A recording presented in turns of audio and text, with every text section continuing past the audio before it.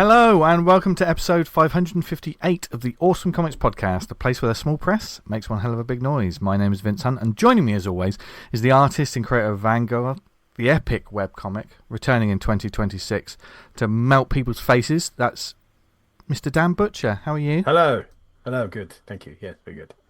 Oh, very good indeed. Wonderful. I'm very good. Thank you, Dan. Thank you, Daniel. He had a nap this afternoon. Yeah. He feels energised. Full of energy. Yeah. Tony doesn't need a nap. Some vinegar. Oh, wow. I didn't think you liked vinegar. No. Anyway,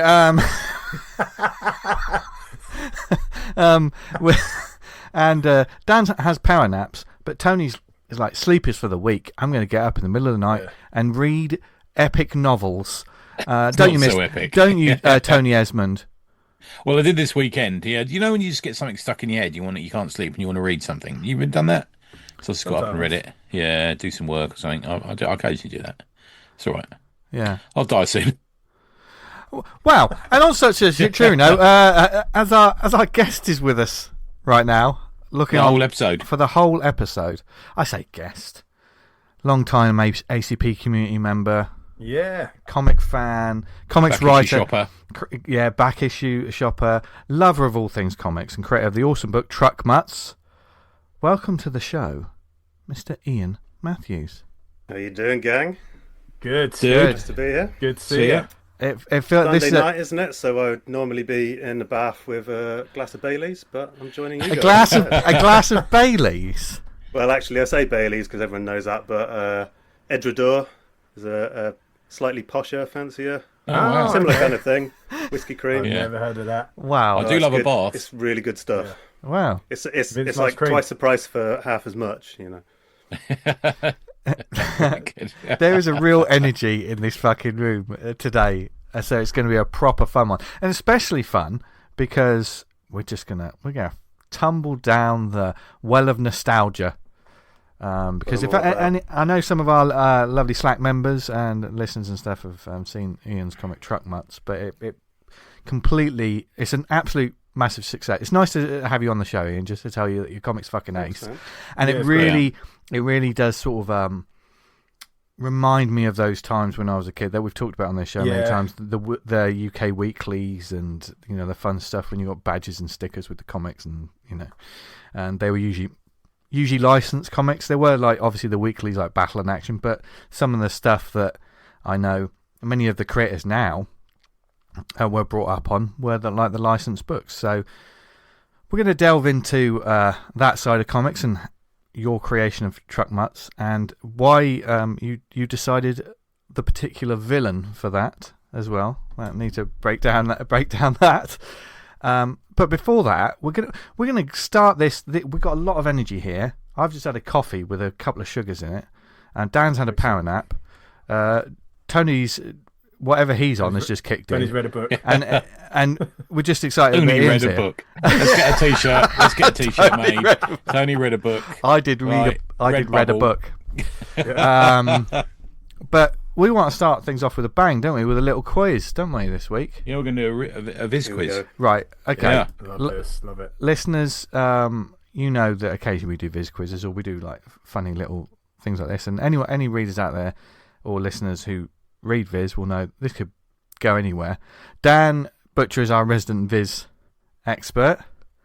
But Tony, you have something. The quiz is going to be slightly different, isn't it? Because you have something particular for this quiz.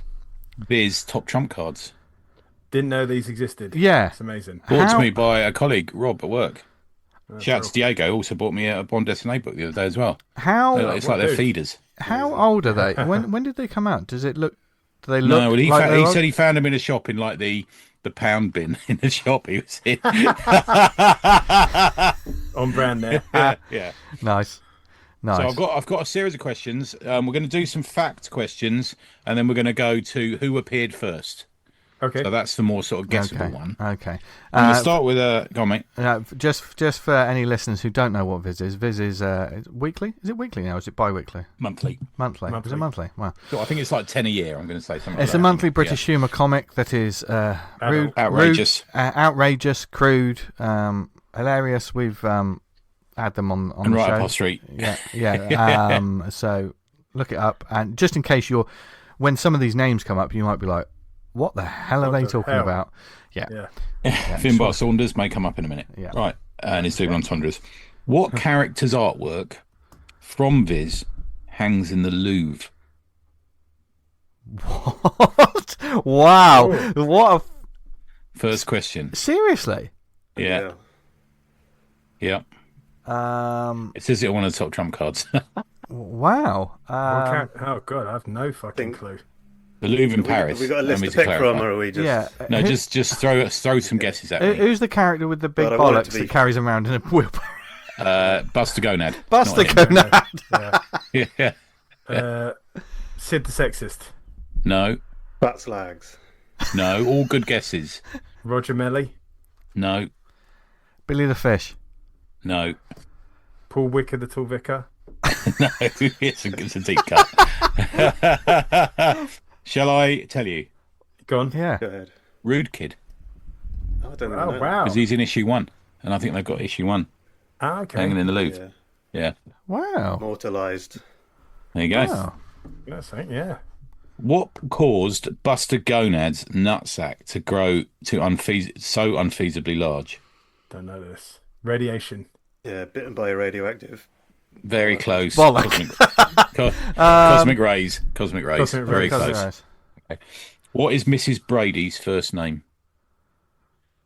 Is it Ada? It is. Well done, Dan. Wow. What are Finbar Saunders' middle names? Finbar something Saunders. Is it funny? Is it something funny, or is it just No. turning up? No. Just stupid. Same. Just stupid Don't shit. know. No idea. Talbot Rothwell. Never would have got that. Excellent. God. What are let's do a couple more name ones. What are the drunken bakers' real names? One of them might be Pete. Is that right? No. Paul. Jerry. One's based on the fact he's bald. Duncan. Thinking Duncan Goodyew. Curly and Slim. Sid the Sexist. Can you give me his last name? Smartwell, isn't it? It's Smart. Yeah, I'll give you that. Yeah. Name the final question before we get on to the who was first. Name a TV show Roger Melly starred on. Oh God. There's Des fucking O'Connor loads. tonight. No. They're short, through, desperate. through the ring piece hole. No, very, very close. This Is Your Life. No. Shall I give you 3? Go on. Fuck a Duck. That was one of the shows he was on. There's another show called Britain's Got Diarrhea. And a personal favourite, Roger's Dirtbox Jury. They did deal with through the ring piece hole when they stuck a camera up a celebrity's arse and you had to guess who it was. Okay, so what we're going to do is now I'm going to give you 2 names and you've got 2 characters and you've got to tell me who was in it first. Okay. Does that make sense? Yeah. Okay. So, let's find one. So, who was first, Buster Gonad or Terry Fuckwit? I'm saying Buster. Fuckwit. I'm going with Fuckwit. It was Buster. Buster Gonad was in issue 19. Terry Fuckwit was in issue 20. Very close. Any listeners, Google these names, by the way. Yeah. It'll be worth it. Terry Fuckwit's a great one. Great character. I don't think I get to say the word Fuckwit enough, so I went for that. Which of these stories was first? So you got Fat Slags or Nobby's Piles. I'd say Nobby's Piles. Okay. I'll say Fat Slags just to be contrarian. I think I'm gonna go Nobby's Piles. It was Fat Slags. They appeared in issue 36 in June 1989. Nobby's Piles, February 1990. Nobby Giles is the unluckiest man in Fulchester. Not only is he afflicted with the most horrendous hemorrhoids, he's also destined to catch them on anything sharp, trap them in machinery, or grate them against abrasive surfaces, again and again, with regularity. There you go. It's amazing that some of these have got multiple strips. The characters, I know, you know, like Fat Slags and that. It's like they can only still running. So Yeah. There's going to be so much oil in the well, right? But they just keep doing more and more. Okay, here's the next one. We've got 2 more to do. Billy the Fish or Jack Black? The border Jack backman liner. Jack Black. Oh, yeah, I think that's a trick question, so I'm going to say Jack Black. Yeah, same. It's in fact Billy the Fish. He appeared in issue 10, May 1983, and then Jack Black was in issue 15. And conveniently, alongside a lot of what's going on today, we've got character Millie Tant or Johnny Fart Pants. Johnny Fart Pants. Johnny Fart Pants. Yeah, it was always the letters and stuff I read more in the articles. Yeah, actually, no, brilliant. Considering, we're here talking about comic strips. When I haven't read a Viz for years really, but it was always like more the written material that I'd read. The letters are great. Yeah. I'm going to try and read Millie Tant's card out in a second, but the first one was in fact Johnny Fart Pants, 1984, and Millie Tant first appeared in June 1990. Fact file for Millie Tant: ultra radical feminist. Millie Tant has been protesting against phallocratic, anti-gyno-androgo, pro-plant-based, anti-misogynistic, pro-anti-LGBT only areas of vegan food shops for years. Fucking hell. That character came out like in the 90s, right? That Yeah. was really, and they were like so far ahead of the curve on that. They were, weren't they? Yeah. Yeah. What ridiculous. other information is on those cards, Tony? Is there You get so I've got Gilbert Ratchet, who came out in 1990, trademark overalls and boxer tools. So you get a superpower. He's his DIY ability. Then you get profanity index. He's 32. Popularity. He's 9. Toilet humor and frequency. So, for example, Sid the Sexiest, he's much higher. He's got a profanity index of 65. Toilet humor 55. So that's how they top trump them. You see what I mean? And they have a little bio of the actual character as well, do they? Is Mickey's Monkey Spunk Moped? He's not in it. He's not there. I mean, sometimes you wake up in life and you think to yourself, I didn't think I was going to hear that today. Mr. Logic's in there. Lawrence Logic, his Oh, name is. fucking love that. He's one of my favourite. Yeah. Farmer Palmer, Real Ale Twats. They're quite a recent one, aren't Yeah. they? 2009. Yeah. Tommy Banana Johnson. Yeah, Victorian Dad. He Cockney goes Wanker. into a holiday thing, and the woman says, "So you're looking for a holiday in the sun?" He's like, "Well, the sun's like 25 million degrees Kelvin, so no." He invented Twitter, didn't he? I think that person. Yes. He invented social media. Yeah. Absolute penetrant. Yeah. Backs to basics. He was not. He Yeah. was cool. He was 94. Dodgy politician. Wow. The thing with these Conservative characters, member they for keep on Colchester. not reinventing them, but there's always stories that they can kind of key into. So in Viz, if there's like a political story, they're bringing up backs to basics and kind of spin it in that. Yeah. If there's kind of like a slice of life one, you get it in Fat Slags, and then they take current events and then work them into whatever characters. Yeah, Sid Sexist often comes up to more current people's thoughts, and Yeah. and he's like, "What the fuck's that mean?" But yeah, like- he does all that. Same doesn't with like Roger Melly. Anything Yeah. TV celeb related, he's in Yeah. there. It's It's mad, really, because I know what you're saying, Ian. Like, I'm drawn to the letters and stuff like that as well, like the written pieces, because it's such a sharp satirical wit to the whole thing.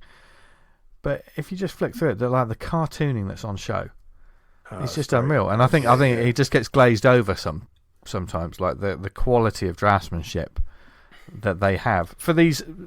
Let's face it, ridiculous strips. Yeah. These ridiculous I characters. always think it's a sort of comic that will be popular in prison.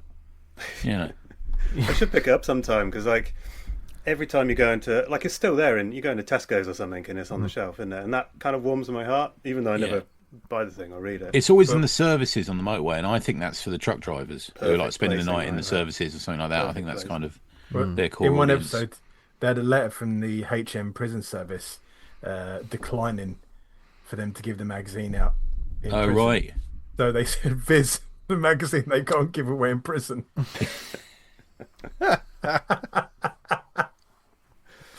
Oh, class. But all the fake adverts are great as well, weren't they? Like Yeah. God, yeah. what was it, like the Dam Busters, Elvis Presley, Tutankhamun clock?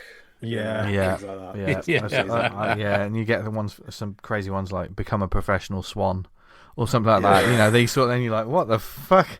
I remember reading a letter. Hi there, my name's John from Carlisle. Does anyone know Girls Aloud? Because I'd like one of them to come to suck my cock. They really have the tone of like the Sun or the Daily Mail, like letter writer. Yeah. Coming in. There was one I read in the other day complaining like they want us to separate our bins up like rubbish and food. So I'm not doing it. So what do we pay these fucking binmen for anyway? There was one article I remember, and I think Vince might have to get his timestamps ready here, but it was talking about how the new standard for what a is now dropped from Jim Davidson is only like 0.9 of a or something, and the new number one standard is Jeremy Kyle.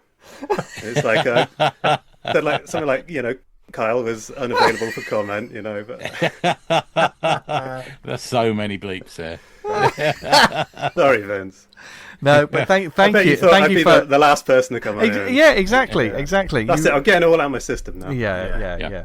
Well, I think Viz has always played a part in our comics of our youth, right? We've all kind of all seen it as kids, or teenagers. You know, and it sort of connects with like that kind of art style from the Beano as well, doesn't it? Very much so. Yeah. I think they've been in trouble with what's the Scottish publishers who do the Three Bears and stuff. Oh yeah. Because they've like sailed a bit too close to the wind with their parody stuff. That it's like they've had a bit of a rap on the knuckles for like, you can't do that. They do push the envelope, don't they? But it's interesting as well, Tony, like when you're reading out some of when those creations came out, probably characters that are near and dear to it, like, you know, a lot of people's hearts. I know a lot of our listeners are, you know, not necessarily Viz readers, but, you know, on the outskirts, they know what they are. But a lot of those characters were created at a time, we're talking like, you know, mid-80s, late 80s, 1990, and this was a very key developmental time for... there's certainly a generation of comics creators and writers and stuff. Well, you think that was when, you know, the formation of the comics that would become, again, we mentioned it again, Vertigo and stuff were about, you know? Yeah. There was, many consider that to be the heyday of 2000 AD, this sort of thing. Warrior Magazine, Deadline. Yeah. And this sort of, you know, that sort of time, you know, between probably 86 to 92 kind of period, there's a real... I mean, I don't know about you guys, and I know, Tony, this formation happened for you a little bit earlier. Yeah. But the UK weeklies, and certainly for me, like the 80s was, of course, the boom of, you know, the licensing stuff, because obviously in America, the government, or I don't remember the specifics of it, but they made it possible for people to create a cartoon to basically sell an action figure. That's what it was. But when you're a kid, you don't know all of that. We watch all these documentaries and these YouTube, you know, like Toy Galaxy and stuff like that. You watch all these fascinating things talking about that now, and you learn about like companies that, you know, it's a big marketing strategy, which worked brilliantly. Presumably for us, we was like cart before the horse, because I always thought, oh, what an amazing cartoon. They've made action figures to cash in on the cartoon, when actually it was the toys. It was exactly, and the cartoon was just you don't realise until afterwards, But for it, and I know there's, now you look back at it and just think, oh, that's quite cynical, and you know, you learn why some of them worked and some of them don't work, you know, or this animated show that only went 13 episodes and was a massive failure, and there's all of these stories that we know now. But when you're in it, when you're a kid, and when you're watching the weekly TV shows, and you see that cartoon, and you manage to find a toy, and then there's a comic, you're unaware of all of that. And it was a real, like, it was halcyon days for me. It was formative. It's a bit of a different beast as well, because like the people doing the comics were actually like had craft. Yeah. I mean, look at fucking Rom. Rom was like just a kind of wind up spaceman toy. Micronauts. What it became is like this. Yeah. Far and away from where it began as. And these things, you know, went into like, you know, we've talked about the G.I. Joes, and I think that generation of creators is now, some of them are in a position to do like bigger versions of it. You know, we talk about this at a time when, and we probably won't focus so much on these ones because they are massive now, but the G.I. Joe, the Transformers, Mask has just been announced as coming back and joining that universe, and you know, there's exciting times happening there. But these were also the toys, the cartoons, the comic books that we used to love. And it's clearly there's a yeah. generation of creators, isn't there, that loved it like we did. It's and interesting that, but I think back in that day, touching those, like certainly for comic creators, touching those properties was kind of like a sort of poison chalice, wasn't it? You know, there's a lot of shit IP comics out there, aren't there? Superhero stuff was considered like the kind of gold standard to get onto, and if you were given like, you know, G.I. Joe, they didn't want to know about it because it was sort of seen as a, you know, sort of a like kids Care property. Bears or Chuck Norris's Karate Commandos, something like that. Yeah. But like you say, Vince, for like people of our age, oh man, these characters have built us basically, haven't they? Like, yeah. You know, There's something to be said for ignorance is bliss. And I think when you're a kid reading comics, sometimes when we look back fondly on that ignorance, on that all we had was the love of what it was. And the fact that, you know, perhaps if you lived out in the sticks and you just had your local newsagent and the real Ghostbusters has a weekly comic and I fucking love that cartoon and I've got all the toys, all of a sudden for a good 6 months that becomes everything, because it's like, wow, it's a comic. And it could be like, you know, there's original strips with some reprints and stuff. That's how these comics were normally, wasn't it? You know, they weren't all original material. Am I thinking correctly? I think quite a fair few of them, like because you're talking about like UK comics, and, you know, a bunch of them would reprint like sort of American originated material, but then typically we had like a weekly comic schedule as opposed to the monthly schedule. Yeah. So you pretty soon like catch up and sort of overtake it. So a lot of them would originate sort of UK. That's why we got the UK Transformers thing, isn't it? That's because they caught up with the American comics. It's why we got the Planet of the Apes, Slayer. It's, you know, it happened quite a lot, I think. Yeah. Same in like the Action Force, which is kind of like our G.I. Joe. Yeah. That would have like UK originated material. Yeah, we got that. They would split it into half, wouldn't they? You usually there'd be one story in the half, which would be the original one, and then there'd be a reprint. See, they did that in the States, I think, with Action Force and G.I. Joe was called like International Missions or something. Yeah, European Missions, I think, isn't it? European Missions, right. So they could repackage the UK stuff. So it was going both ways, essentially. Yeah, but then they reprinted them in the American side, so I'm not sure how the formatting worked, because the UK ones were like A4-y size, weren't they? Yeah, most of the stuff was kind of A4 around that, wasn't it? You know, there's some weird sizes. But then I think after they wrapped up the Action Force Weekly, it went to Action Force Monthly, and that was in the US size format. Yeah, of course it was. Yeah, it was part of that sort of same as we got the original Death's Head and that sort of little period, wasn't it? Yeah, Dragon's Claws and stuff.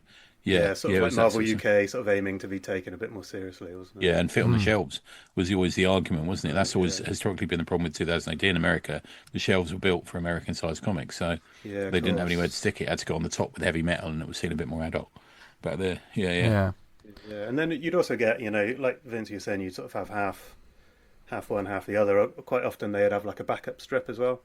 So if there was something that like wasn't as popular, you'd roll like. Yeah. Well, actually, that's how I came to know Action Forces, because it was a backup strip in Transformers initially. Oh, okay. It crossed over a lot. You know, or some of the kind of weird, and like we also had like Iron Man in the back of Transformers. You know? Yeah. I mean, I remember there was a RoboCop comic in the back of Punisher. Was it? That's right. Yeah. Yeah. Okay. Yeah. So Used to have Punisher and Nam in the back. Yeah. A crazy mix. I've sort of since found out, you know, from listening to this pod and you guys having like Pat Mills on, that what did they call it, like the hatch, batch and dispatch, where they kind of like if something was failing, they'd fold it into another comic until it, you know, just disappeared. And that was kind of sort of seen as a bit of a, you know, like a typical industry move, maybe, was it? But for us as kids, we just got more bang for our buck, you know. Yeah. I loved it, absolutely loved it. Yeah, there would be. I mean, what were some of the ones that really caught you? I mean, obviously, when you've created Truck Mutts is very much harkening back to those times. Totally, yeah. And for the time being, I'm probably going to use the backup strip to do more Truck Mutts and just fill out that world. But I can definitely see a point where I, you know, potentially get other creators involved to do like a little one-off strip of their own creation. Okay. Did you want to explain for those who haven't read it, Ian, what it's about? Yeah, Truck Mutts. Yeah, so it's set in a world of anthropomorphic dogs, and the two main characters bomb around in a monster truck and fight crime. pretty simple. It's very wholesome, kind of all ages friendly, and just massively inspired by all of these kind of. I kind of refer to them as nostalgia properties. The kind of 80s and 90s. I suppose nostalgia is relative to the person, isn't it? But yeah, 80s and 90s stuff that we grew up with. Yeah, I know. When we were shopping, you found a couple of copies of Scout, and you picked them up because they had monster trucks in, didn't they? Yeah, it was great. Yeah. But it very much feels like something that had a cartoon, had toys. Do you know what I mean? Like there was a little, almost package that you had with these sort of books as well, weren't there? You know, I can't separate them out, to be honest. My first comics, aside from maybe like the Beano and the Dandy, would be Transformers, would be Action Force, Thundercats, Mask, definitely. Yeah. And I loved the properties first and foremost, and they typically landed in my lap as the cartoons on TV, because you kind of every day you come home after school, watch a bit of telly, find a cartoon, and then from that kind of base, you find the comics and the toys. And you said earlier, the toys, I thought the toys were made afterwards to support the cartoon, But did not realise it was the other way around until I'm an adult. I didn't realise that till it's a bit cynical, isn't it? Yeah, we're not cynical as kids, are we? I guess. Yeah, but, because we get caught up in the characters and the stories, But that kind of sort of trifecta of toys, cartoons, comics, I can't really separate out. I don't think you can, because I think even Master Universe had little comics with the action figures. Am I right in saying that? Yeah, and that was very collectible now, actually. Yeah, right. Quite pricey. And they were something that when these figures were created, they had nothing really for them. They were just action figures. So some of the lore, and I know Larry Hama did an awful lot of this with G.I. Joe and Action Force. Do you know what I mean? There's no lore until you create the lore. So it was right, okay, so, all of these characters. Creating the lore with the characters, on the back of their sort of card backs. Those kind of figures. The G.I. Joe file cards, I fucking love them. And he wrote all those, so he's kind of perfectly positioned to then get on the comic. But, man, that he got fucked over, Larry Hama. Did he? Well, he created all those fucking properties, and he's he's named them and everything. Yeah. There's so many characters. There's so many all characters. The ninja stuff he made. With Snake Eyes and Storm Shadow, that company made fucking millions off of his stories. Yeah. And he's kind of, that's a tale as old as time, isn't it? Comic players getting fucked over. But I think, when you discover these things as well, there's something to be said for, if you're a kid who, just before the toys and everything, that boom that happened, we were reading a Beano or a, Battle Action, 2000 AD, whatever it was. And we only had what was in that comic, what was in that weekly comic, whether it be a Charlie's War, or, whatever it may be, whatever strip you had. I've talked about Storm Force, Infinitum. I fucking loved them.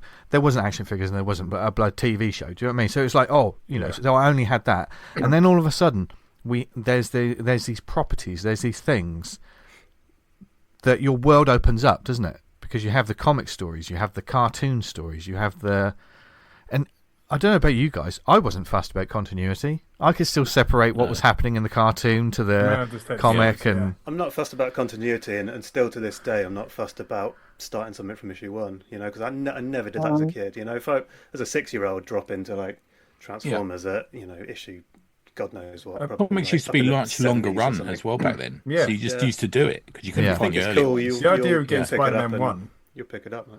Yeah, exactly. Ain't going to happen. Yeah. I think it's worth mentioning here that this isn't like an 80s and 90s invention. If you look at Gold Key and a lot of those Charlton and a lot of those comic carriers, they were doing, and only got to look at Disney comics.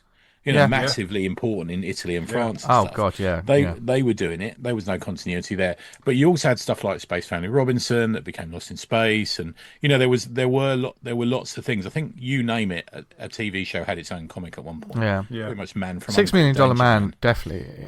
Yeah, I love the $6 million. Quite expensive to buy now. Yeah, Karl Barks, right? I mean, he filled out the kind of the Disney duck sort of properties. Yeah. Uncle Scrooge had a comic. They all had comics, sort of thing. Yeah. But also things like just weird things like movie stars would have their own comics as well. Yeah, that's crazy. Yeah, a lot of the westerns, they had their own comics. with like a photo cover of whoever Yeah. Roy Rogers or Yeah. someone on the cover. Yeah.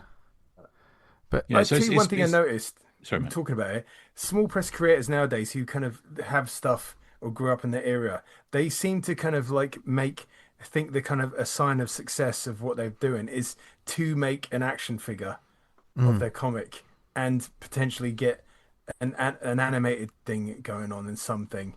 Do you know what I mean? That it seems to be like a kind of, to some people, they're marks of, oh, I've made it. I've made a comic now. I've got an action figure. But like, when you kind of like break it down and think, oh, actually, the comics was only around to flog the action figure to kids at the time. But we've kind of changed it to the point where getting an action figure and a bit of an animation about your comic is a status symbol of, it's done well or something. It's one of these. There's this strange thing that happens as well. Like, obviously, this was back in the day. You had the cartoon, and then all of a sudden there was a comic, and you were reading it because you discovered the cartoon, and then the cartoon had a comic. Whereas these days, like you say, Dan, it's like there's a popular comic or graphic novel, and now it's a Netflix TV series, and I lose interest a little bit when it reaches that apex. When it goes the other way, I'm kind of like, oh, okay. It's not as special anymore. Do you know? It doesn't feel, and it certainly feels like sometimes these books, when these creators take it to that level, do they care about the book they're making as much anymore? Do you know what I mean? Is that the target? That's often what I worry about. Is their target to get a cartoon? It's a question that sometimes you can spot it as a cynical old reader, can't you? Yeah. Was this the game all along? Yeah. Worth mentioning at this point as well, Looking magazine, which I don't know if you guys remember. Yeah, well, I my remember sister had that. Yeah, and smash hits. Looking magazine had strips. It had like a Grange Hill strip and a $1 Million Man, and Grange Hill. on the buses, it had an On the Buses strip, stuff like that. But in the back of it, it also had the times of TV shows that are on television. Yeah. Depending on what area, like Anglia TV and Tyne I don't know about you guys like Vince and Dan, but like I had no interest in Grange Hill. I wanted that escapism. I didn't want to come home and go back to school. Exactly. I remember for watching some it. people, it's opposite, isn't it? Some people. They're looking after a donkey and someone's addicted to heroin or whatever. Yeah. But mind you, the Man About the House strip, you're all over that, Ian, aren't you? Yeah. As a man about the house myself. The Robin's Nest comic strip, that was... in the Airwolf group on Facebook, someone had put together a PDF of all Stop hang on. Let's right. Hang on, Dan. Finish your story. Being respectful. Right. Finish your story. In the Airwolf Facebook group, someone had put together a PDF of all the comics that appeared in Looking with Airwolf, and it was like a 3 or 4 page. I think I sent it to you guys. Right. It's a 3 or 4 page story, and Each the time, likenesses of the fucking actors is like fucking chef's kiss. Is it? Really? There's amazing. Like all of it is just like list the artist or anything. I don't know. I have to check. Probably a lot of the time that, you have to look them up elsewhere online. And stuff. Some of these things is actually quite difficult, like especially with like the Fleetway stuff. Like the Mask comics. Yeah. None of those guys are credited. And beyond that, we also had the Christmas annuals. The Americans won't recognise what they mean because in America, annuals are a summer event. But historically have been. But over here, we'd have Christmas annuals, which were like hardback books. Big hardback. Those hardback books. There was a Knight Rider. On the front cover, it's one Knight Rider. It's got David Hasselhoff, like in the Michael Knight stuff, and he's got like a leopard on a chain. It's like that Knight Rider. That's his home life. Amazing. Yeah, amazing. There's a home snap from David Hasselhoff. There's a burger in the background, I think. But let us not glaze over the fact that I want to come back to this. Are you part of a Facebook Airwolf group? Yeah, hell yeah. Is it a big group? I'll tell you what, you're not Facebook group. No, you'll never see more fanaticism than Facebook groups on a certain subject. I thought you were going to say on Airwolf.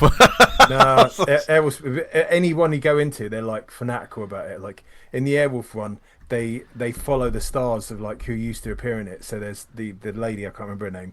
Every time she makes a Facebook status update, they repost it in there, and like everyone talks about it. All right, that's a bit fucking mental. That's at least it's active, Yeah, true. But I guess obviously you loved Airwolf, but I guess with Viper and everything like that, that must be a hand. Yeah, that's like keen into all the. Yeah, like it's. like kind of I've rewatched some of the stuff, and like when I was a kid, I was like, oh man, this is amazing. And when you rewatch it, it's like it doesn't quite hold up. Some of this stuff. Yeah, like, I mean, it's the same with the cartoons. You still love it. Yeah. I think like you kind of rather than take what it is, I key off stuff that I remember it being. So there's a kind of like a hyper reality going on, like for what I remember it as, for not what it is now when I look back. Nostalgia is that, because we're always chasing that dragon, aren't we? The feeling that we had when we discovered these things. And before, like, I went to college and I discovered girls and didn't read comics. Any of that. Before or before taxes were really a thing that you had to worry about. All of that shit. We're trying to rediscover the time when it was a 6-week summer holiday lasted forever. Yeah. But I think now it's because of that nostalgia. I mean, I'm not someone that thinks, I'm going to rediscover exactly what that was like, because you never will. You never will.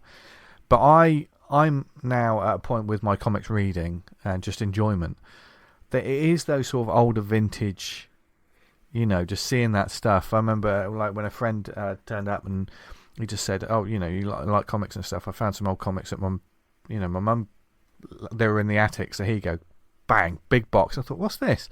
I open it up and it's the complete run of the UK Weekly Action Force and the complete run of the real Ghostbusters. And my heart grew 3 times that day. There's a lot of those Ghostbusters as well, isn't there? There's like for 200 of them, I think. And but looking at it, as soon as I saw it, it's a sense memory, isn't it? It's that you look at that cover and I remember being a kid again, just reading that to death until Did they have anybody's address written on them? Some of them might have the name in the top corner that the newsagent used to do. We have to tell people about that in the States, though, not in the UK. Yeah, there was when you had I guess what people would paperboy, or a subscription. You have a subscription with your local newsagent, or the person where you get your newspapers and magazines, etc. And if you're a kid who had that weekly on order, whenever it came in, they would write the surname. Mine didn't have an address on it. They didn't write the whole address, but it had the surname written in pencil in the top corner. Which is why if you go to eBay or something and you buy some of these old comics, I have no problem with it. And if anything, it makes me smile, because it's like, this was obviously loved by someone else. Seeing and that little product of that time as well. Exactly. They didn't have a clue that caused the problem with the cost of it, did they? They didn't know. Yeah. No. The newsagent lady didn't know, did she? I used to they weren't speculating about it, were they? Yeah. I had to deliver a Bluey when I was as a paperboy. Like there was one geezer that had an adult magazine. It was in the wrapping, so you couldn't see it. But like, I had to drop him off. Knowing what he's doing behind that door. Wow. I was like, fucking dad, you fucking.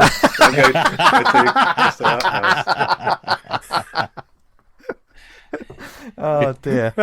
Yeah. Here you go, Dad. Flew across the living room. Yeah. And the Paperboy. That's got to be a strip worthy of looking magazine. But these comics are worth. I think if you like, you're at comic marts and things like that. If you don't glaze over them, because there's some great stuff in there. I think there really is. Like the way they were, you can put the cynical hat on for like these were created for this purpose, or they just rushed these things out. But I don't think you need to think about that when you pick up books like this.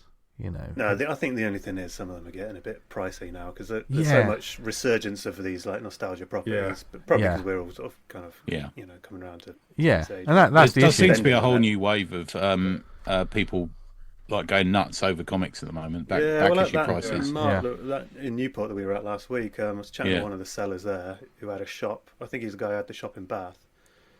And he was saying that a lot of Americans come over in the summer, on their holidays, and they're actually hoovering up the UK comics. Interesting. But you're saying they don't have them. They've got everything else available to them, but they don't have that. Yeah, they've built their collections. They've got everything there is to get, and I think previously a lot of I've seen like on the internet a lot of hardcore comic collectors in America would previously like be quite snippy about the Marvel UK stuff. Yeah. Particularly in terms of like first appearances and things like that. But maybe the tide is changing, and man, we all kind of complete collections and then just look for something else to collect, don't we? Yeah. What do you think the nostalgia when we went through the COVID period? Everyone was kind of going back a bit to their kind of childhood and getting older comics they used to read and stuff. What do you think's fueled the more recent kind of wave of people going back to stuff of the past and sort of either rediscovering it by getting more comics or reimagining their own work based on that time period? I think some of it's down to the IP, don't you think? Like some of it is, it's always cyclical. Like, you know, there's some that will never leave. Like Turtles will always be in the zeitgeist. There'll be a different version of Turtles at some point. You know, there'll always be the classic comics that will move to different publishers and stuff. We know, but you know, there'll be movies, video games, all kinds of things. And then it will harken back to the original cartoon, and then, you know, the cycle will start again. Transformers, I mean, we've talked about that loads on this show, how many generations have that gone through. G.I. Joe is going through that sort of renaissance. Rom had a little bit of a renaissance, so the back issues went up for a while, because obviously there was no collections for it. Yeah. And then they've brought out 3 omnibus hardcovers for the Rom stuff. Same for Micronauts. It had that period where we never thought we'd see it reprinted. So for a little period, people were going nuts on issue 1 and stuff. But yeah, I think some of it's speculation on the IP, isn't it? Like you think, like this publisher's going to get this IP back, or Skybound have now got control over Transformers. You get characters like Conan that just jump around between companies, don't they? Yeah. So I think there's always, you know, but there's some that are just, because there's this almost a resurgence. There's also the ones that I think, oh man, I wish someone would do something with that. Do you know what I mean? What's your one where you think, oh? Well, this was a little question coming up, haven't we? Do you want to do that now? Yeah, let's dig into that, because I think this is a fruitful time to do that, because basically, Tony, what was the question that you had for us? So the question was, let me grab it quickly out of our group, so I've got it exactly right. So I was thinking about Ian coming on. I said, how about you get to run any IP as comics? So it can be an already existing comic. It can be an IP in another. It can be an animation or a movie, or I don't know, something else. Which one would it be? Why? And how would you do it? So you got to pick one. Tell us why you picked it, and then tell us what you would do with it. So, guess first. Guess first. Yeah, let's say. Yeah. So Vince primed me with this question yesterday, and I had a good think about it. Truthfully, I'm really only kind of concerned with my own ideas. A lot of these properties just kind of sort of give me what I need from them. But that's the most boring answer ever for a podcast. I had a little bit of a think, and I've come up with something which I think is pretty good. So the IP I would choose out of this kind of bucket of nostalgia properties would be something called Inhumanoids. Oh yeah. Have you heard of that at all? Yeah. I remember that. Yeah. That's the one with the holograms, was briefly right? a comic, wasn't there? Is No. Holograms was Visionaries, wasn't it? Oh yeah. There's another one where they had monster ones inside them. Yeah, that was a different thing. Let me look at that. Inhumanoids had a brief comic run, did it? Am I right in saying that? It had an anime like cartoon, didn't it? Did it? It was a cartoon. It was toys like everything else. It was like toys initially, and it was Hasbro toys, and then it had like a short run cartoon and I think maybe 4 comics. Right. And it was probably as close to like a horror property that you'd get out of this era. In actual fact, I highly recommend you watch the cartoon, because it genuinely is horrific. The kind of the Inhumanoids of the title are these like 3 monsters that like dwell underground, and they're not like small, they're like titanic, and there's kind of like this Cthulhu-y sort of plant-based one. There's like a bit more of a classic demon, I see him. and there's this like zombie skeleton character, and these are like ancient creatures, real kind of heavy sort of Lovecraft sort of vibes to this. And then they've been kind of contained in kind of like a jail or a sort of stasis by these other strange creatures that inhabit this earth. Kind of broadly speaking, there's like a race of like rock creatures and a race of sort of tree creatures, And this has sort of happened in Earth's past, and then the show is set in the in the 80s, and the key characters are sort of a group of geologists that like explore underground, and they go into like the Earth's core, and have these like cool kind of armored sort of suits to protect them. But yeah, it is a really horrific show with like people getting turned into zombies and mutations and all. Screaming. Yeah, crazy amount of screaming. Crazy amount of screaming. I think I've got like a summer special or something of this, which was they did like I remember the green cover on it. It's like a one-off they did at one point. Yeah, I mean one of the one now. creatures is kind of predominantly green. Right. But it was actually, so it was a Hasbro property, and it was actually sort of in the same universe as Transformers and G.I. Joe. There was a couple of characters that sort of crossed over. Okay. It was a Star comic. Okay. Yeah, it wasn't very successful, and the toy line was. I mean, very few Star comics were, terrible. I think. Yeah. Okay. But and also it's one of those things. I was absolutely aware of it as a kid. I think a mate of mine had an episode on like a VHS with like Transformers and Action Force. Yeah, when you got a VHS that only had like 1 or 2 episodes on that's there. it, yeah, you don't have the whole thing, and I don't think it was. I'm pretty sure it was not broadcast on TV. It was, I think it was probably like outrage amongst parents if sort of kids saw this. I was aware of it, but I never knew anything about it until more recently. So it's kind of really nice getting the hit of like nostalgia, but the freshness of something I've just discovered, in the last. Would you find it on YouTube or years something? Or? Yeah, you can get all the episodes on YouTube. Yeah. Oh, nice. Yeah. And they did actually reprint the comic in the back of Transformers, which I definitely had at the time. I think I must have read it there. Yeah. That's the. But these sort of ideas, you hear about them now. That's someone taking a swing. That is someone taking a big swing on, like, when there's so much safety. It's crazy. Yeah. Yeah. So how would you do it then? Would you? I know obviously it was a kids' cartoon and action figures and everything. How would you choose to reintroduce it? Okay, so my first thought was doing it as a comic book, maybe like black and white, sort of Mignola style, kind of like high contrast, lots of deep shadows.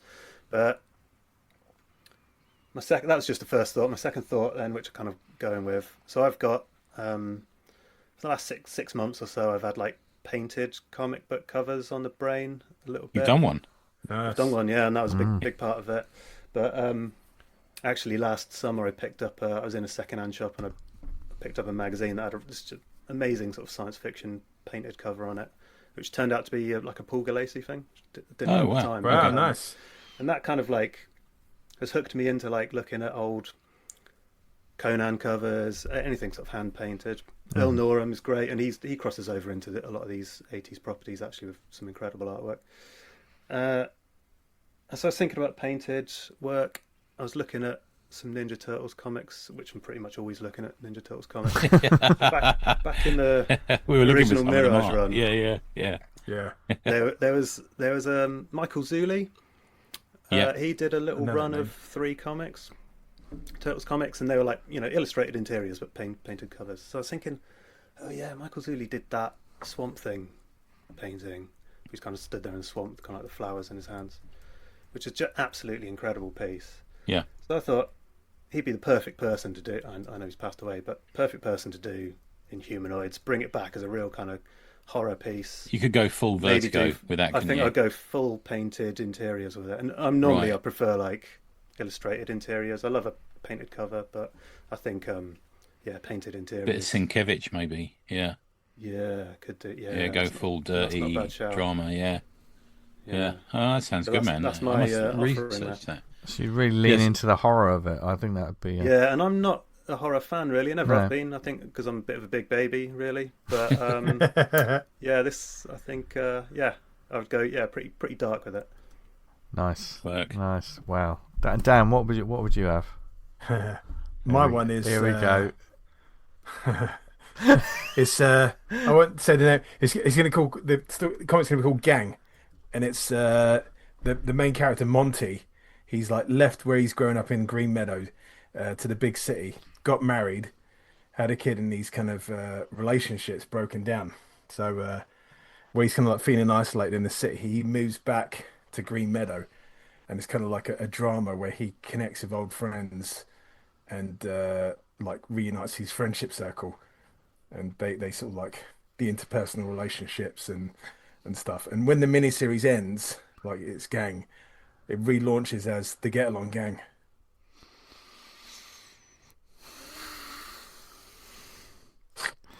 Don's going to be happy at that. They're fucking like this isn't He's a gone for video a show. prequel. Yeah, this isn't a video show, folks. But I'm very pleased with myself. the look on Dan Butcher's face as he dropped that. It was in some way to a retaliation to the thing this week with the fucking lanterns, which kind of like got I've on my avoided nose that, a bit. fortunately. Yeah, it's like, oh, we're not going to call it Green Lanterns because like green. That's like, what? It's like when do you remember in the whole TV series they said, "Oh, we're not going to call him Bruce Banner, we're going to call him David Banner because Bruce sounds gay." Gay. Do you remember that was the reason? Yeah, unreal. Fucking hell. It's the most macho name I've ever heard, I think, Bruce. Yeah. So, Bruce. so like Not you in know, the Australia, international, mate. It doesn't. Yeah. international sort of like interplanetary space force, Green Lanterns flying around fighting crime and like stuff. This is going to be like No Country for Old Men, hanging around like in a thing. And What? it's like, why are you doing this? Why have they got lanterns then? Yes, Yeah. lanterns. And To me, that sounds like a sort of is it Chinese those lanterns where they let go? It sounds a bit like that Yeah. sort of thing. Yeah. I think Tom King has a hand in it, so I won't say anything more. But Oh, fuck me. Yeah, I Bit just about thought the depressed idea people of- then. making the Getalong Gang, just getting rid of the Getalong, just gang, and just making it ultra will- serious.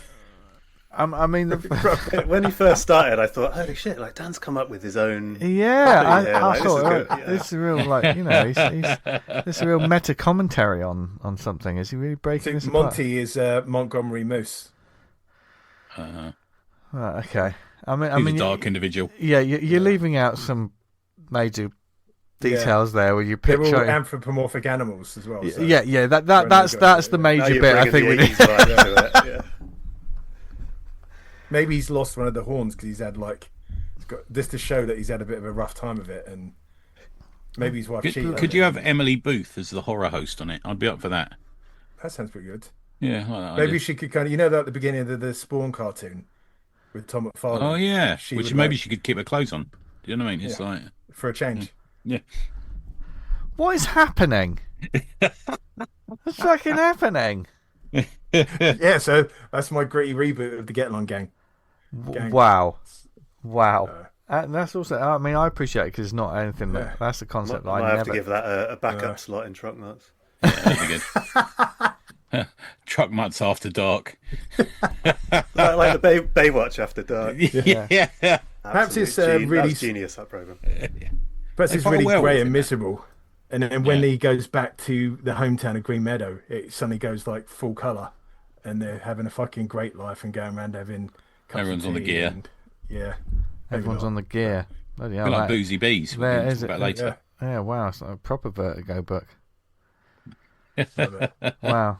D, do you want to do yours? Yeah, I mean, I didn't think as highbrow as that, or as horrific as Inhumanoids. I just went very simple. I thought, what's the one that I used to like as a kid that didn't get enough love and everyone's forgotten Care about? Bears. Almost. Actually, they've come back a bit. And it was briefly mentioned Visionaries. I would pick Visionaries. Oh yeah. that's great. Yeah. You know, it was a cartoon. It only had 13 episodes. It's had scant issues in Yeah, comics. I think that fell a bit flat on his face, didn't it? Yeah, but it just feels like something that you could totally do something with.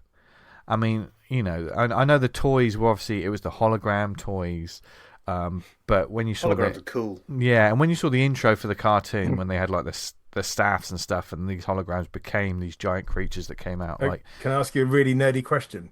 Do you remember any of the rhymes of the visionary characters or the bad guys? Yeah.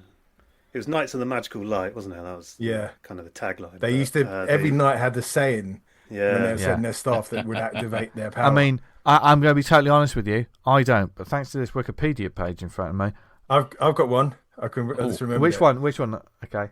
I think it was Cinder. It's by nature's hands, by crafts, by art. What once was one, now fly apart. Fucking hell. He's got it bang on. He's got bang. I don't know why I fucking remember that. Yeah. Yep. Wow. And this is classically like a cartoon. That's thing. nothing to be impressed by. That's fucking. It is. I'm impressed, Dan. I'm impressed. Yeah, that was. I'm willing to devote my firstborn to you. Yeah. I was going to be sarcastic and make a Wendy's joke, but I decided not to because it's so good. Yeah. Sindar was one of the Dark Lords. You had the classic, the heroes and the villains sort of thing.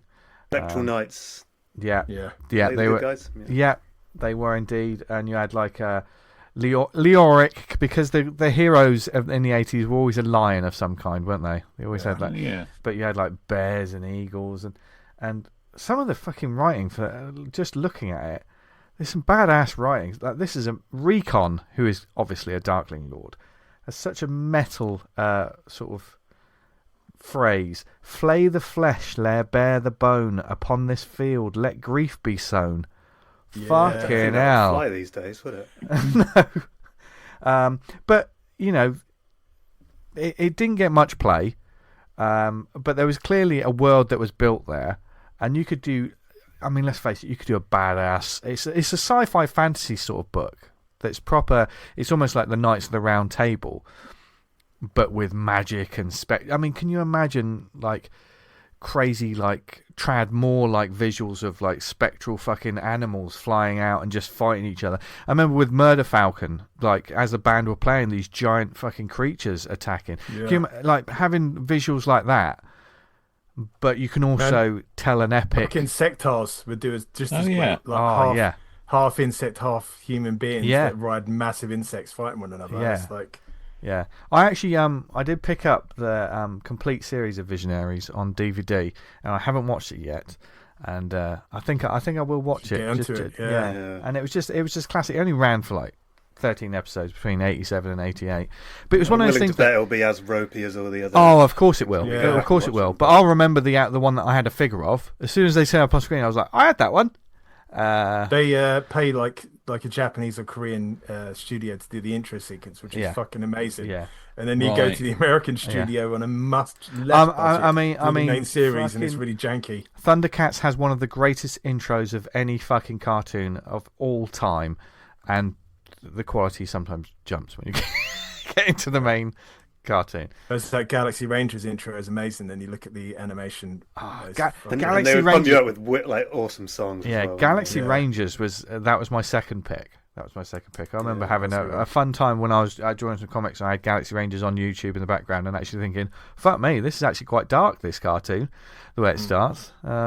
It's just good. This is a little bit out of your range, isn't it, T? Because absolutely, yeah. I remember. Lion, what's that one? Thundercats. I remember that being on when I was in the sixth form. So I was sort of a little bit too old for it. So how did you go at this? Okay, so I've got a worthy mention, and then I've got the main one. Yeah. The worthy mention, because it just occurred to me, is I would do the movie cycle, The Bitch and the Stud by Jackie Collins, starring Joan Collins.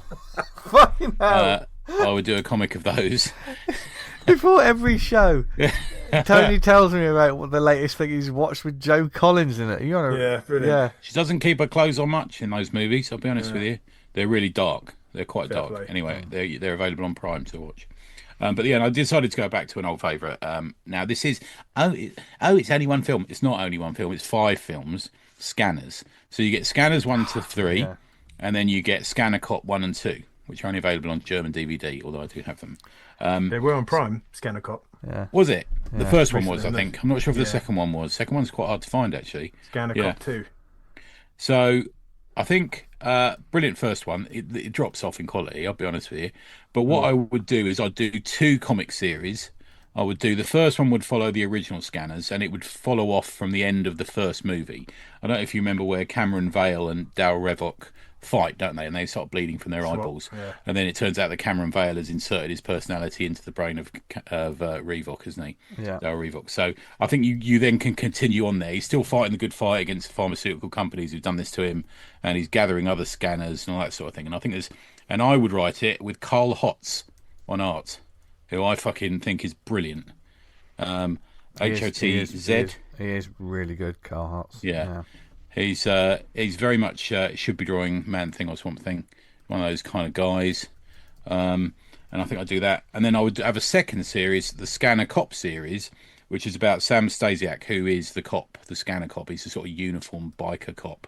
And it would have him a few years later, and he's got a team, a specialist team in LA, who are just scanners.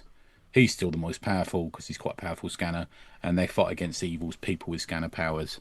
And I think they're both crying out to be, Espers or elements of X-Men or something like that. They've got that mood to them. Plus, you can throw with who would I have on the art? I'd have probably somebody slightly simpler on the team, but maybe somebody like Chris Samney or someone like that, who can carry that sort of soap opera dynamic thing going on, quite sort of action, propulsive kind of taking it beyond the schlocky nature that some people may think. Yeah, make it. I think what you got to do is when someone's head explodes, it's got to be a pop-up book. At that point. Yeah, that's a good shout. Yeah. That can be the foil variant, can't it? Yeah. Where it pops out. Yeah. Yeah. I just think it's 3D glasses or something. Yeah, bro. You can. I mean, there's all. I know the power of the scanner is almost like an audio thing, isn't it? It's like a growl, isn't it? Almost. Yeah. But I think you can visualize that in waves and. Oh yeah, comics. Comics the art do start stuff getting like distorted when the scanner's kicking off. I think you can do it. And I think I would do that. In Scanner Cop, I would develop scanners with different abilities. So some would be telekinetic, some would be make armor for themselves and that sort of thing.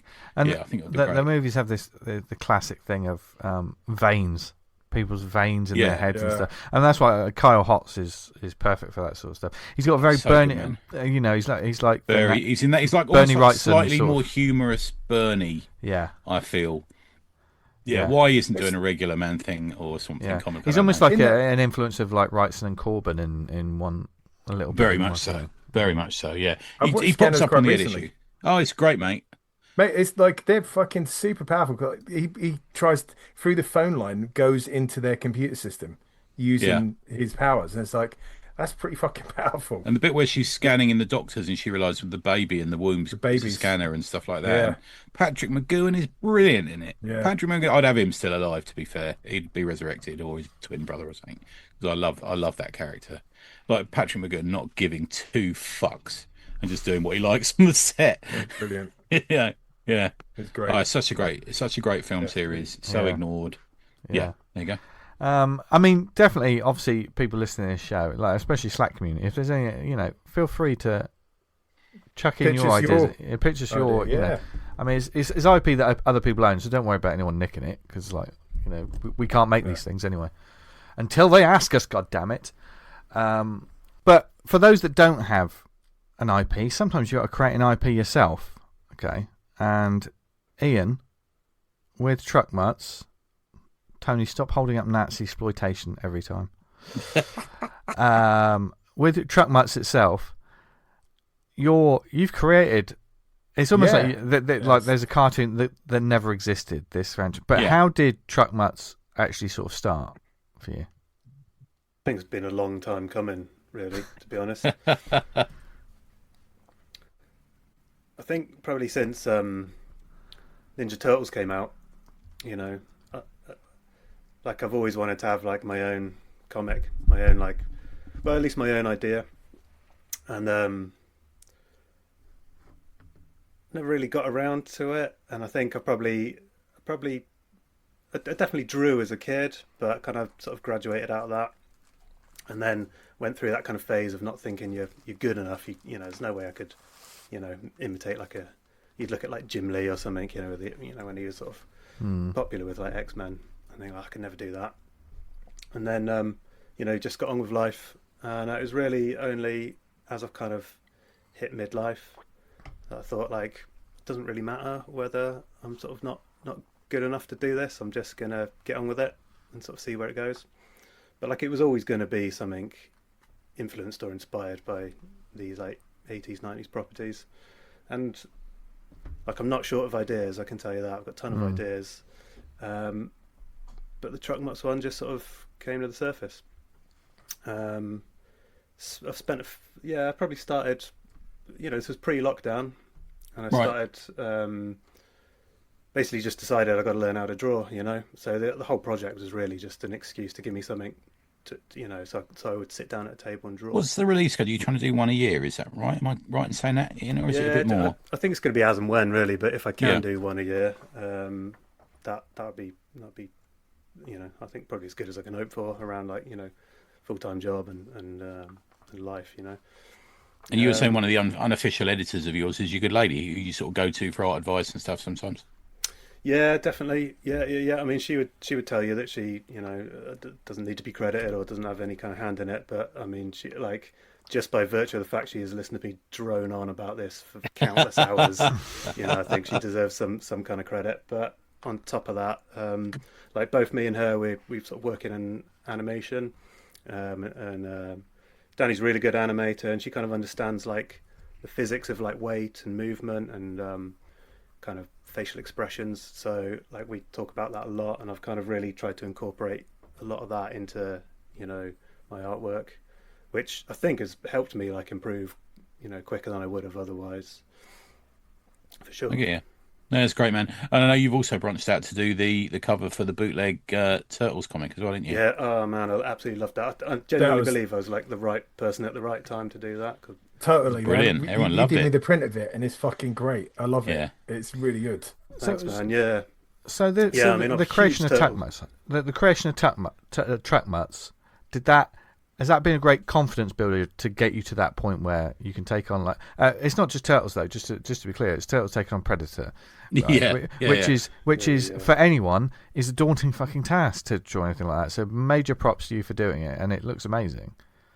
Mate, I've never painted a picture before in my life. Really? I've done one. Yeah. There's one sort of fake advert in issue 2 of Truck Mutts, which is a barbarian bear, and that was painted. But that's the only thing I've done before. But let's be clear. So the Turtles Predator project was Zach Cahill, and it was. Did you just sort of volunteer? Oh, I'll do a cover. Was it a bit of that on the Slack? I think. Zach on the Slack. I think there was a bit of chat about kind of like we did earlier on with what properties we would resurrect. It was what would be something you'd be interested in resurrecting, and what creative team would you put on it? Yeah. And Zach had this Turtles Predator idea, and I can't remember what team he had put on it, but he put a little synopsis up. And it's so bloody good. I think there's a few of us that were like, mate, you just have to make this, and this Zach's really, really kind of prolific. Yeah, he's a busy guy. Good cartoonist as well. Great. Yeah, absolutely fantastic. Yeah, and he's smashing it at the minute. But so I think he started thinking about doing it himself, and then I think a few of us emailed him sort of separately, just saying if you need a hand.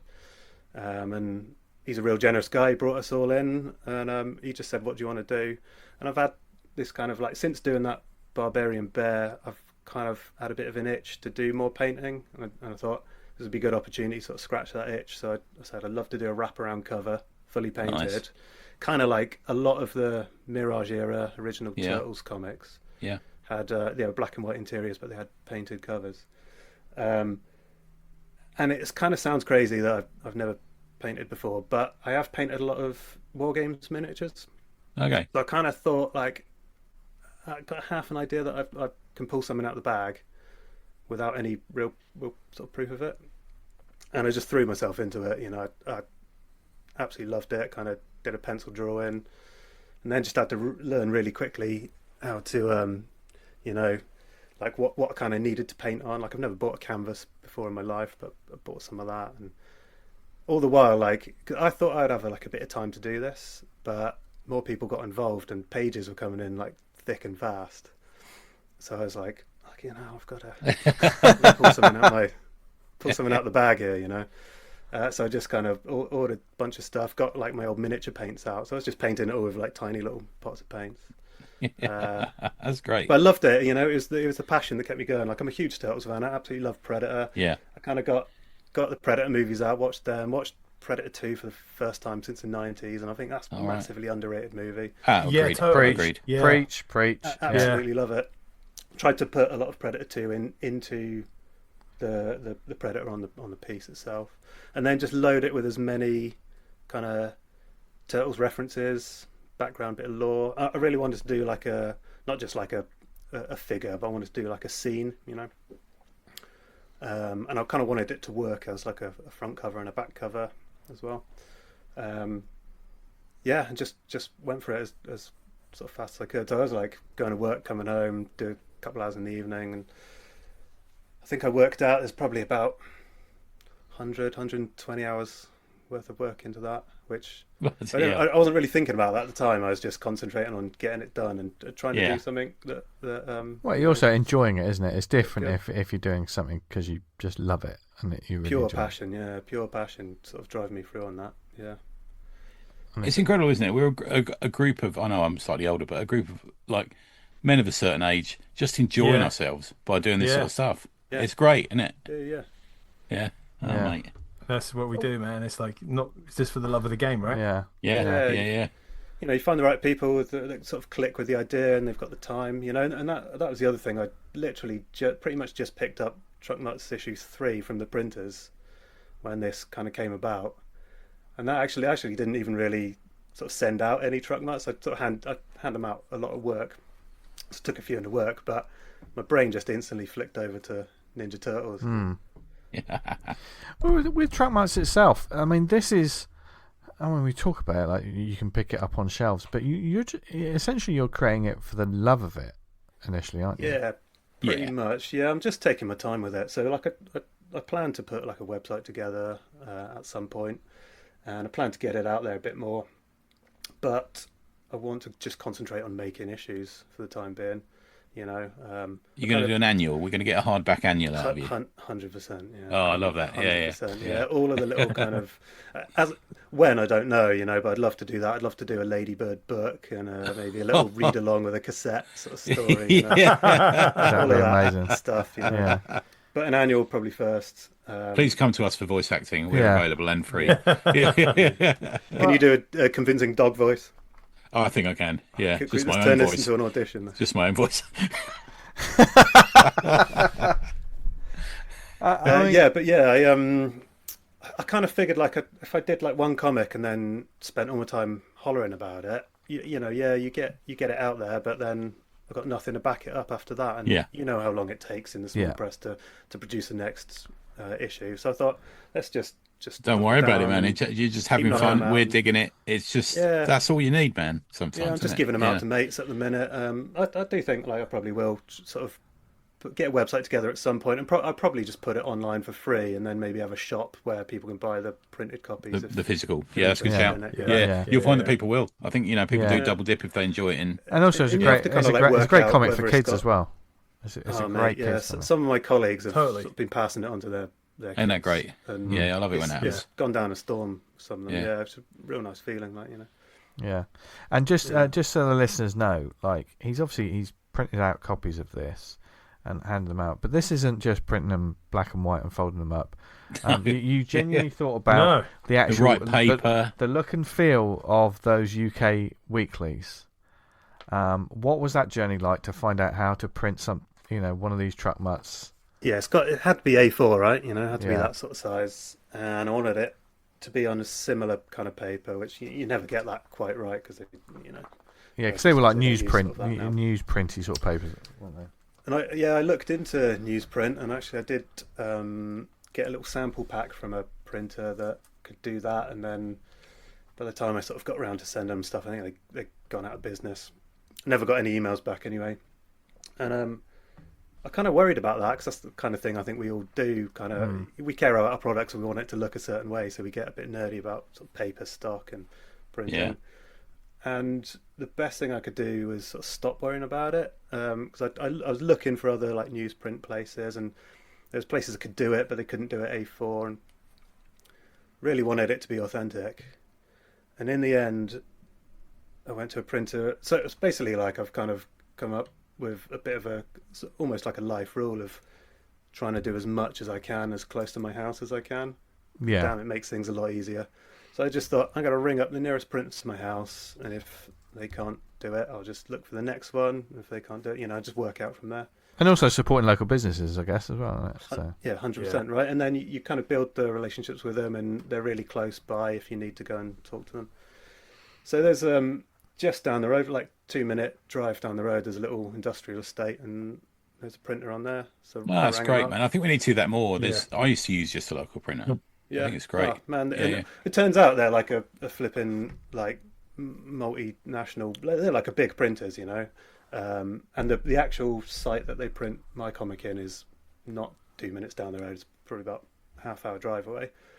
But they've been great, even though like I'm just a kind of a small small fry compared to like some of the stuff they print. And most of what they do is like product catalogs for like massive companies. But the sales rep that they put me through to just happened to be on that day when I rang him up. It's just the nicest guy. Cool. He's because I'm kind of local. He brought sort of paper samples around my house. Nice. Just an absolute top dude. So I sort of showed him like what I wanted, and he's been able to advise on that. And they Mate, probably brightens his day. Job. Outside of like, yeah. Cabinet Magazine monthly or something like that. It's like he's got. It's a bit of fun. Yeah. Yeah. Hopefully, yeah. I mean, he always seems like happy to talk to me. So that's it now. I'll, until they decide they don't want or don't need the business, or they Once they you're a go billionaire, under, or, yeah. I think that's something that we could all sort of like do as well. Do you know what I mean? Because the printing, there's so many sites now to get things instantly printed or to find quotes or whatever. But like I say, finding the local person, when you're not just a number, you are actually, if you've got a face and you've got someone to talk to. Well, with issue 1 and 2, he just brought them round once they were printed. Just because I don't print in massive quantities, so he just loaded them in his car, brought them round. That's brilliant, mate. I just happened to be like in between jobs at the time, so I was kind of here. But for issue 3, and actually they also printed those prints I did of that TMNT Predator cover. For both of those, I was working, and I live in South Wales, but work in Bristol, so a really long day outside of their normal business hours. So I said, like, can I come to the print studio and pick him up? And he's like, yeah, there's somebody there all like 24 hours a day, sort of printing something. So he's like, yeah, just give me instructions to walk in and like contact somebody. That's kind of a weird thing. Just walking in like like 8, 9 in the evening, it's like completely dark, and you're just shouting like, hello, I'm meant to be here, and so I just picked them up myself. So it's you can't do that if you're printing them the other side of the country or overseas. No. Yeah, you're right, man. Yeah, really useful. Yeah, definitely. And you've only got this as a print book right now, isn't it? You're not doing PDFs or anything like that. You're not stuck it on Global Comics or anything like that so far. No. I think I just kind of want to keep it all under my own banner, really. So I understand the appeal of kind of global or what are the other ones like the Comic House. I mean, the thing is that Ian is probably it's only slightly better than me at tech, so we're not exactly. And I'm not sure actually. I'm not sure about that. Tony, I reckon. Getting the physical thing is part of the nostalgia of this. Exactly. Of having the item with the way it looks and the way it feels. It keys back into that experience. I don't think. That's the thing about like the digital versions of something like the Beano or the Phoenix or something like that. Do you know what I mean? It's no substitute for the actual real comic when it comes to stuff. And like the comic gives me the opportunity to add in all those other kind of tangential parts of that experience, like editorial page and fake adverts. Yeah. Those kind of give me a good opportunity to like. So, like, I know you guys probably have a billion and one ideas swimming around in your head, but in order to get a comic made, you just got to knuckle down and focus on one. Yeah. And it's very easy to get distracted and you get excited about another idea. But I think I can take one of those ideas and just turn it into like a fake advert for like another comic. Brilliant. And that kind of scratches the itch enough to like keep me focused on Truck Mutts stories. So it's good stuff, man. Good sort of reason. Yeah. Love it. Keep going with it. That's brilliant. Yeah. Of all creators, there's a large graveyard of ideas they've had to shoot and bury because there's only so many hours in the day that you probably a lot of those could be absolutely fantastic, but we miss out on them. Yeah. Who knows, Yeah. Well, I mean, I personally cannot wait until you've got enough issues to release it fully and to table at shows or whatever it may be. The summer specials, remember they used to do those? Oh yeah, I love them, man. Summer special. Yeah. Brilliant. Yeah. There's so much you could do with it. And then eventually make a toy and then get your Netflix and just, Chill back. Well, mate, I'd be lying if I said like having a cartoon and a toy. That'd be amazing. Like I would absolutely love that. Yeah. But you've created something that feels like it already has those things, which is part of the joy of it. I think it feels like this already exists. Yeah. It's weird to create something that feels like it's already real. Yeah, do you know what I mean? Yeah, thanks, man. I mean, that's music to my ears, really, because that's almost the goal. To man, he succeeded. Like just sitting amongst those.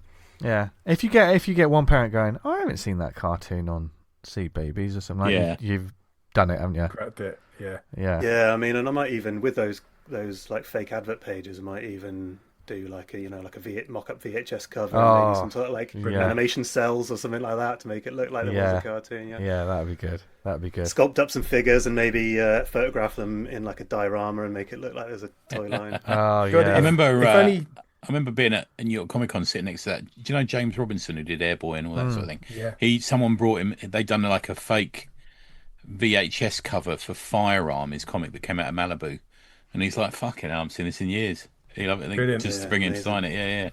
Really cool. I did a fake DVD for Samurai Slasher. Of course you did. Of course. Forgot about that. Thing, wasn't it? Yeah. Managed to find a VHS in a charity shop because they're like gold dust nowadays. And like replaced whatever it was for that. Yeah. I can't even remember the name of the VHS. Oh, just think of all the cool stuff you could do with Viper, Dan. Just think about it. Yes. 100%, right. Yeah. Gold dust, apart from in this room where I've got the Spawn animated collection on VHS over there. Yeah. Yes. I've got fucking Akira on a double VHS. Yeah. Double pack. Yeah. I've got a feeling, did that come with a T-shirt as well? I did have a T-shirt. I'm not sure if it was from that, but I definitely had an Akira. It might have done. Yeah. Okay. Well. Yeah. But if you join the Slack or if you're part of the Slack, that's if people did want to get an issue of this, Ian, what's the best way for them to do it? Get in touch with you. Best way to do that is actually to get in touch with me on the Slack group.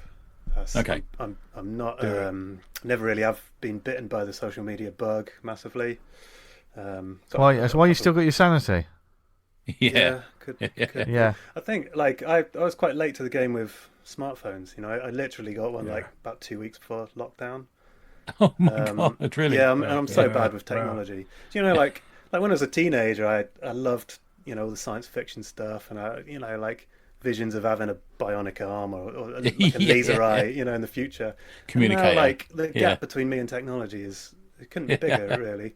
I remember when we talked about you coming on this week, when I saw you last week, and you're going, "Yeah, I'm going to have to get someone to sort out how to get onto Zoom because I don't know."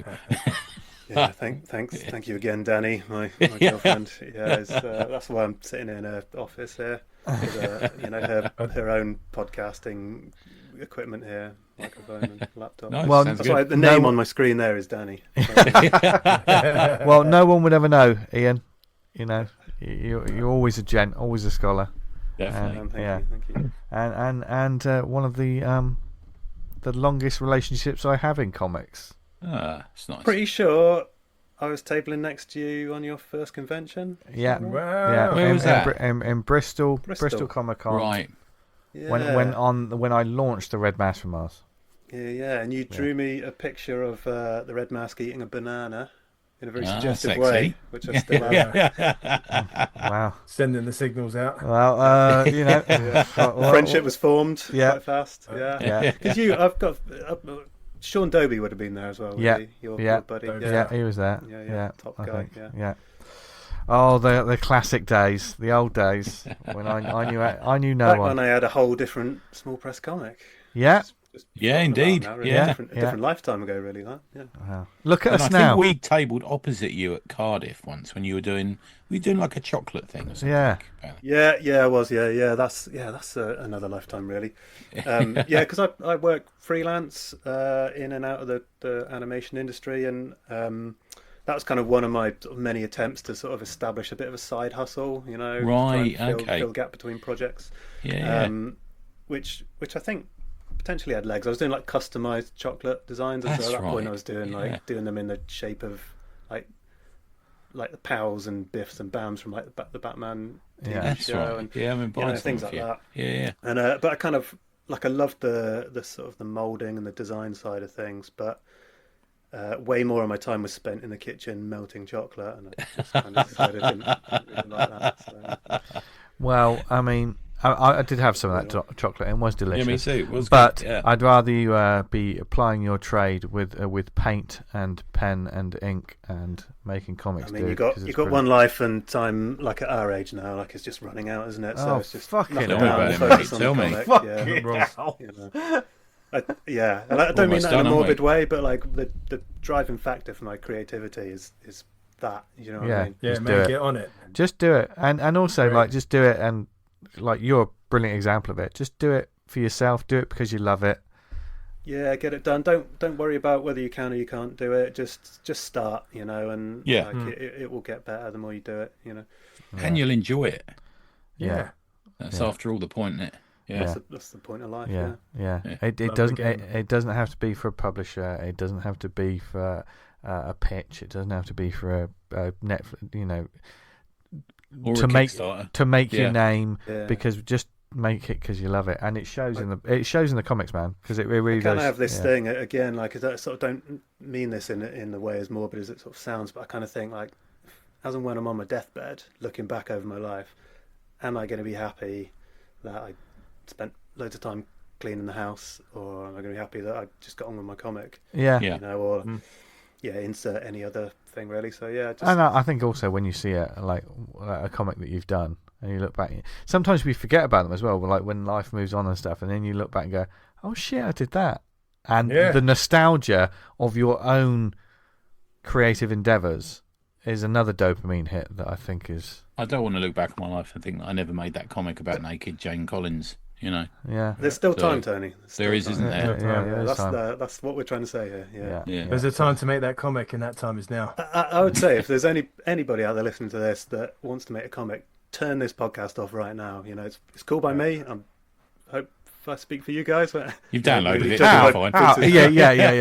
Yeah. Make the comic. Finish this podcast. Then finish this episode. I'll maybe listen to this while you make it. It can inspire you as you draw. Yeah.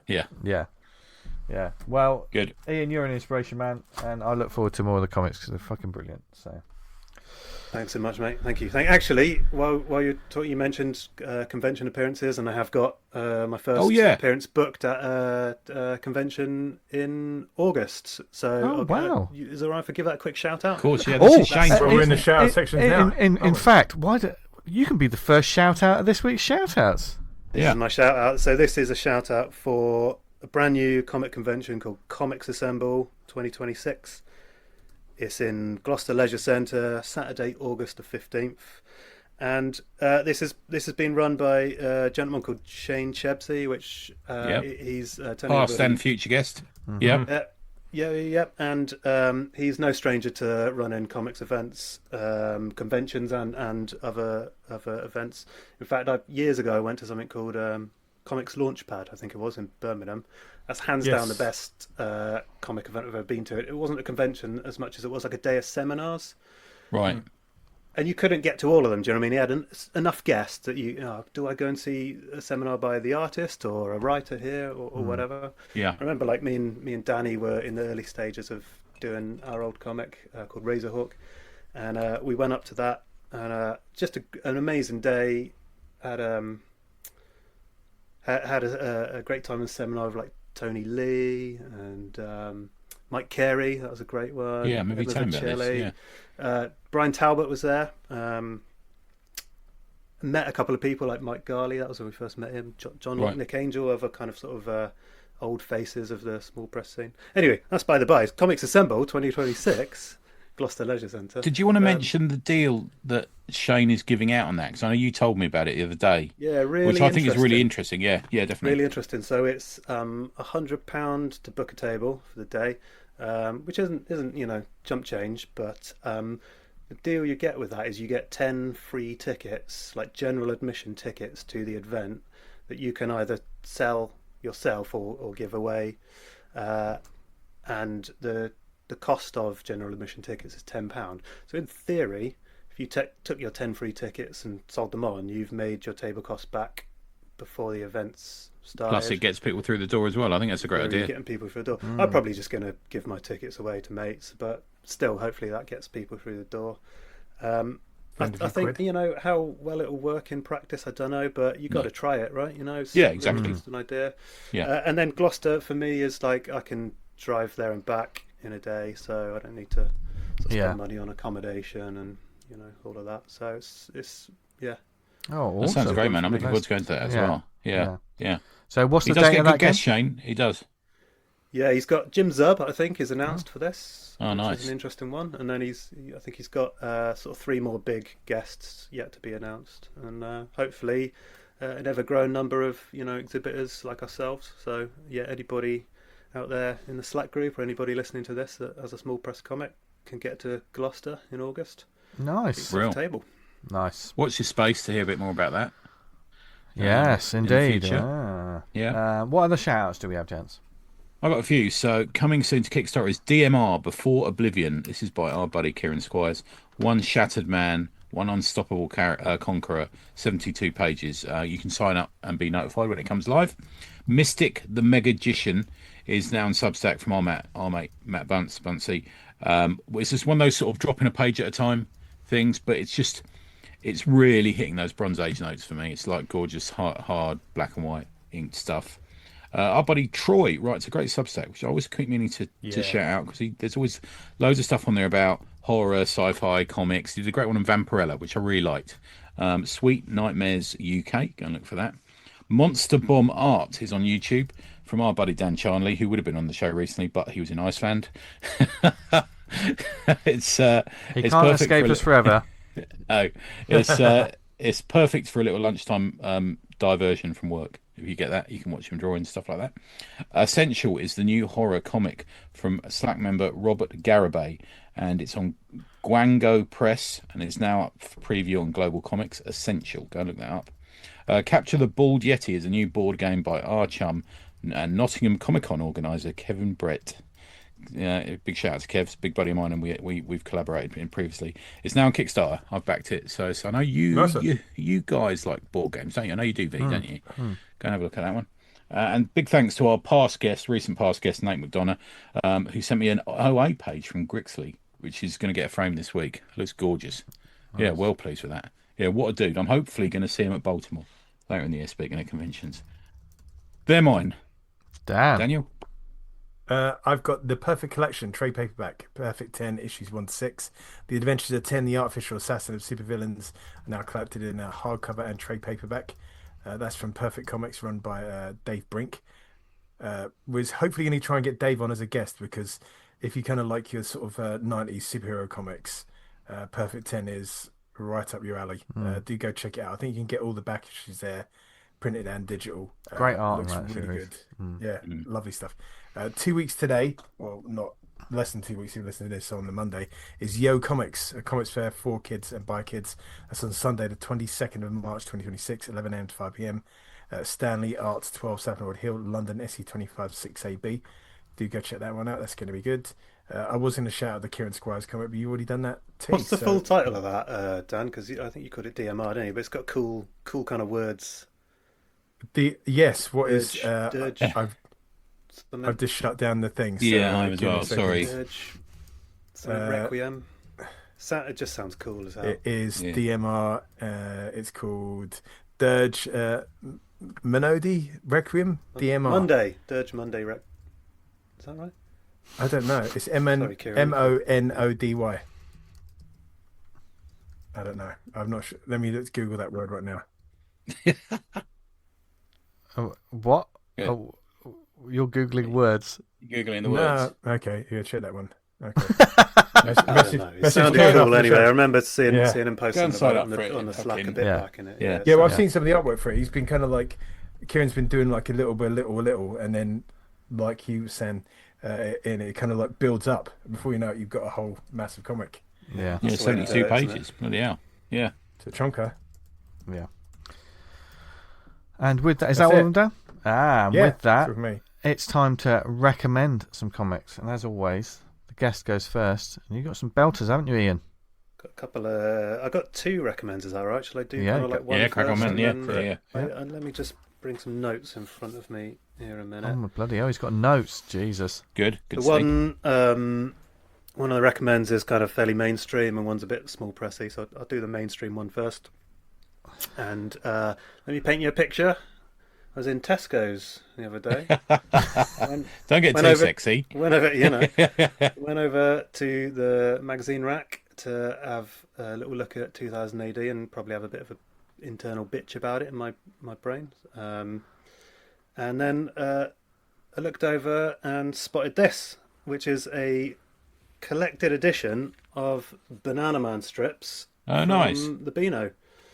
And I thought, yeah, that kind of like talking about nostalgia, that really kind of hit it for me. Yeah, you know, yeah. the Banana Man cartoon when we were kids. This is Banana Man was a cartoon first, wasn't he? I got. Or was he a strip? I'm not 100% sure about that. 'Cause Yeah. he was in. I'm going to say He was in cartoon Dandy. first. Yeah. And Yeah. I did a little bit of research about this, and he started in a. I don't know where the cartoon came first, but he's in comic strip. He started in something called Nutty, which Yeah. looked like very Okay. much like a Beano. I've never heard of that, but it looked like a Beano type comic. And then I think he went from there to the Dandy, and now the Dandy has been folded into the Beano. It's not something I've read since I was a kid, really, the Beano. But yeah, this ticked a lot of nostalgia boxes for me. This is actually volume 2, and I thought I'd take a Wow. punt on it. $6.99, and man, I've had an absolute ton of fun with this. It's been a pure joy to read. 699. What was the size of it? If you hold it up again. 68 pages, so it's like a perfect bound, glued sort of square bound thing. Wow. It's difficult to sort of talk about it too much because all the strips in it are like 2 or 3 pages. So like Yeah. as soon as you dig into the conceit, I'll just be giving it away Yeah. for people.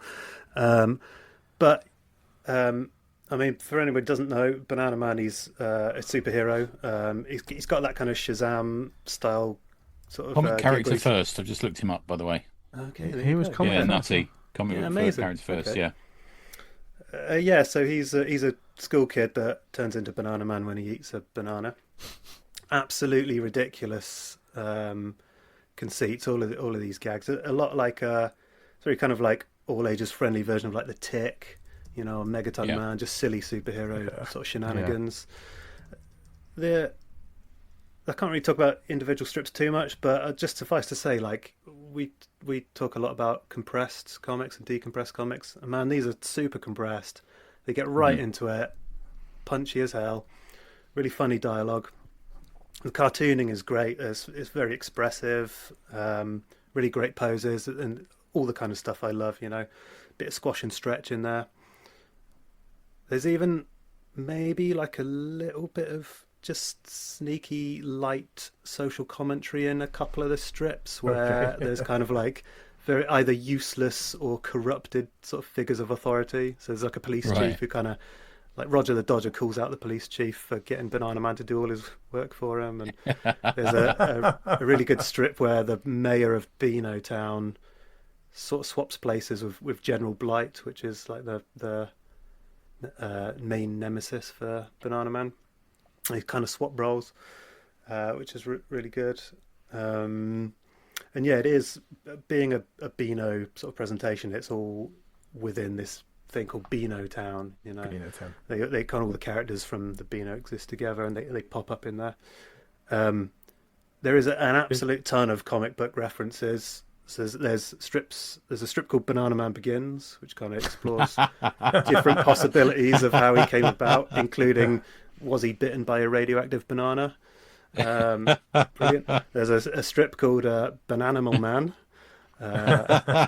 which is fantastic. There's one called Crisis on Infinity Blight. There's all the kind of like tropes, like riffs on like time travel, and there's a great one where there's a comic convention as well, which is fantastic. There's even, I'd say, like the creators kind of play with the form a little bit. So there's a strip where the villain has like a gun that he shoots at Banana Man, and all the color drains out of him, and then he becomes like a color by numbers sort of thing. So you could literally colour them in, and then the villain turns out the strength on it, and it completely erases Banana Man's arm, but it's got like a join the dots, so you can sort of draw his arm back. Right. So I'd love like, to see a really Liefeld fun, version of Banana Man, wouldn't you? Yeah. Just see if we could get like go in full image comics on Banana Man. That would be great. Fucking Liefeld, man. Good job, man. So I had so much fun with this. And like I said, it was volume 2, so I just jumped straight on the internet, ordered volume 1. Wow. More of the same. It's just it's a real joy. Yeah. There was maybe not comics related, but sci-fi related. There was a strip called Rendezvous with Nana, where Banana Man has to fly out to space to investigate a massive banana-shaped object, which is really good. Yeah, I can't recommend it enough. Like, anybody of all ages, really. Kids. What are you doing today, darling? I'm just thinking of jokes to do with the word banana. This morning. I love that Roger the Dodger's calling people out on their work ethic. Yeah. Yeah, I mean, that's a commentary in itself, isn't it? He basically teaches Banana. Like, so Banana Man just goes in like fist sort of fighting fist first when he like fights a villain, and Roger the Dodger's like, there's an easier way you could do this, and sort of teaches him all his dodges. Nice. And, that's kind of the gist of that one. Call back to Viz. They did Roger the Lodger. It's like a 3-panel strip. He rents out a room. It ends up being hands behind his head on the bed going, nice lodge, eh, readers?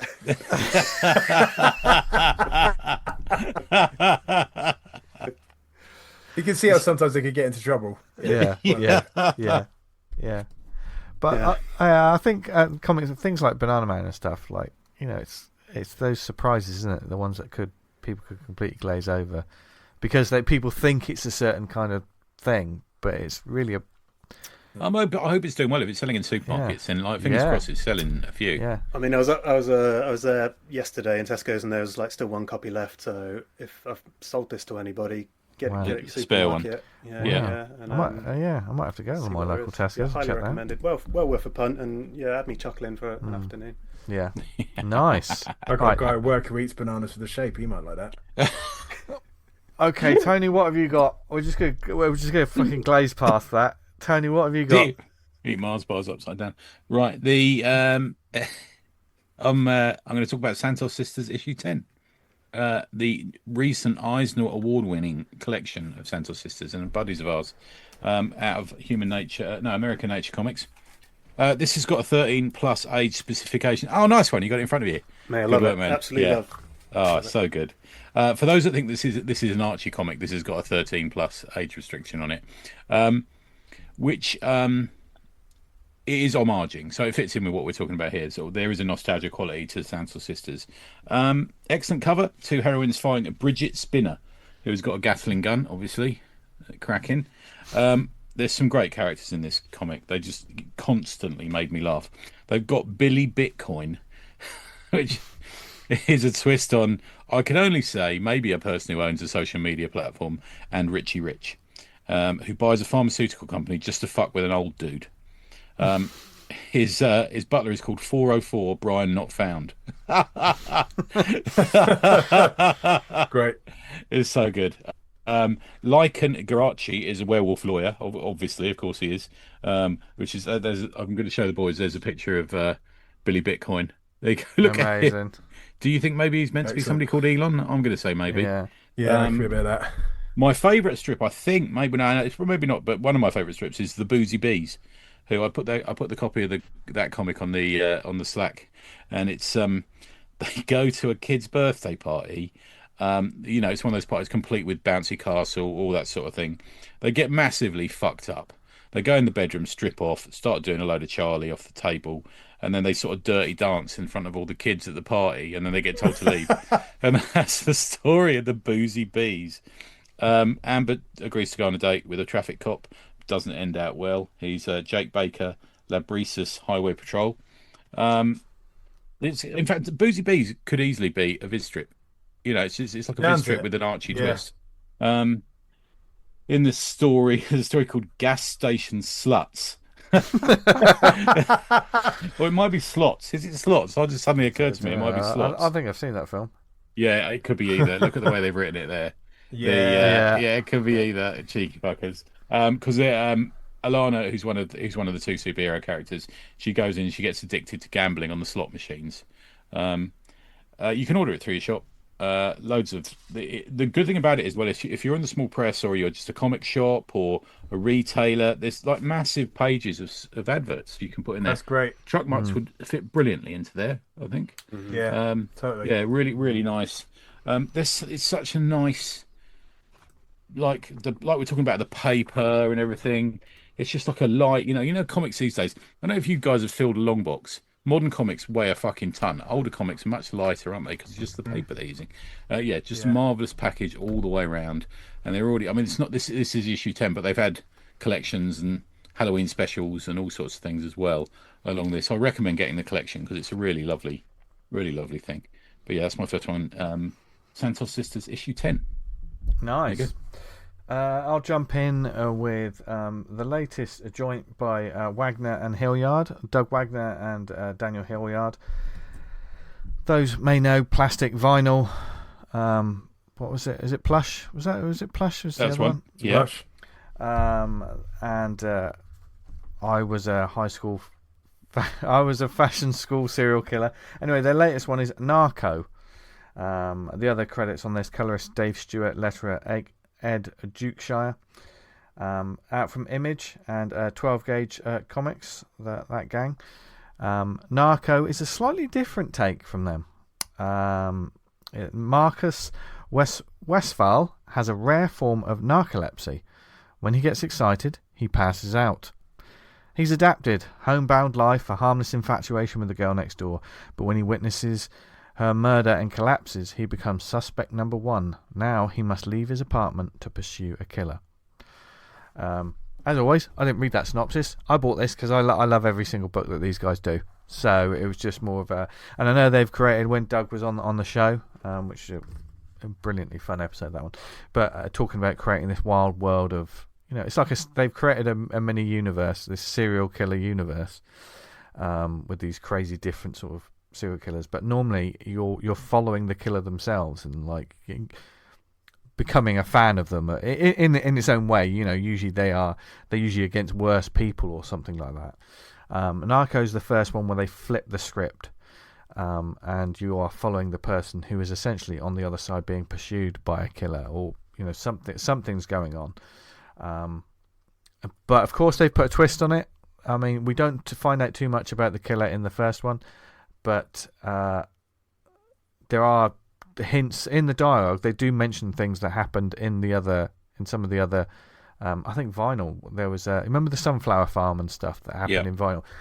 He talks about that. They do talk about that. So, but without being, you need to read this in order to read that. No, they're all fresh stories. But most importantly, they've crafted characters like the main guy, Marcus. It just seems to be a nice guy who has this condition. He watches his heart rate, and that's a massive. It's a brilliant conceit. Everything about this feels a little more Hitchcockian than the previous ones, because immediately you've got the setup. There's a slightly sort of rear window aspect to it, but also possibly a Vertigo kind of the film as well. Someone that has this condition and they're all of a sudden they're thrown into this sort of scenario. The sort of thing that happens with Giallo films as well. I wouldn't be surprised if this has Giallo influences in it, because whenever anything sort of happens, he's got like a heart rate monitor on his, like just like a watch, and that's constantly going throughout. Like it keeps beeping constantly and giving you the numbers, and immediately if he's in trouble, this could go really badly, because he's just going to pass out, because if his heart rate raises above like 200 or I think it was 180 or something like that. I can't remember exactly, but you've immediately got this conceit of this could happen at any time, and therefore the stakes are massive. And it is one of the reasons that he can't exist like a normal person. So to have...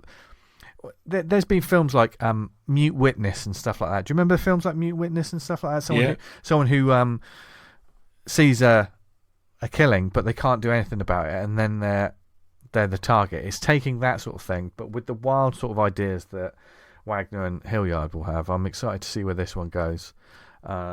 It came out this week.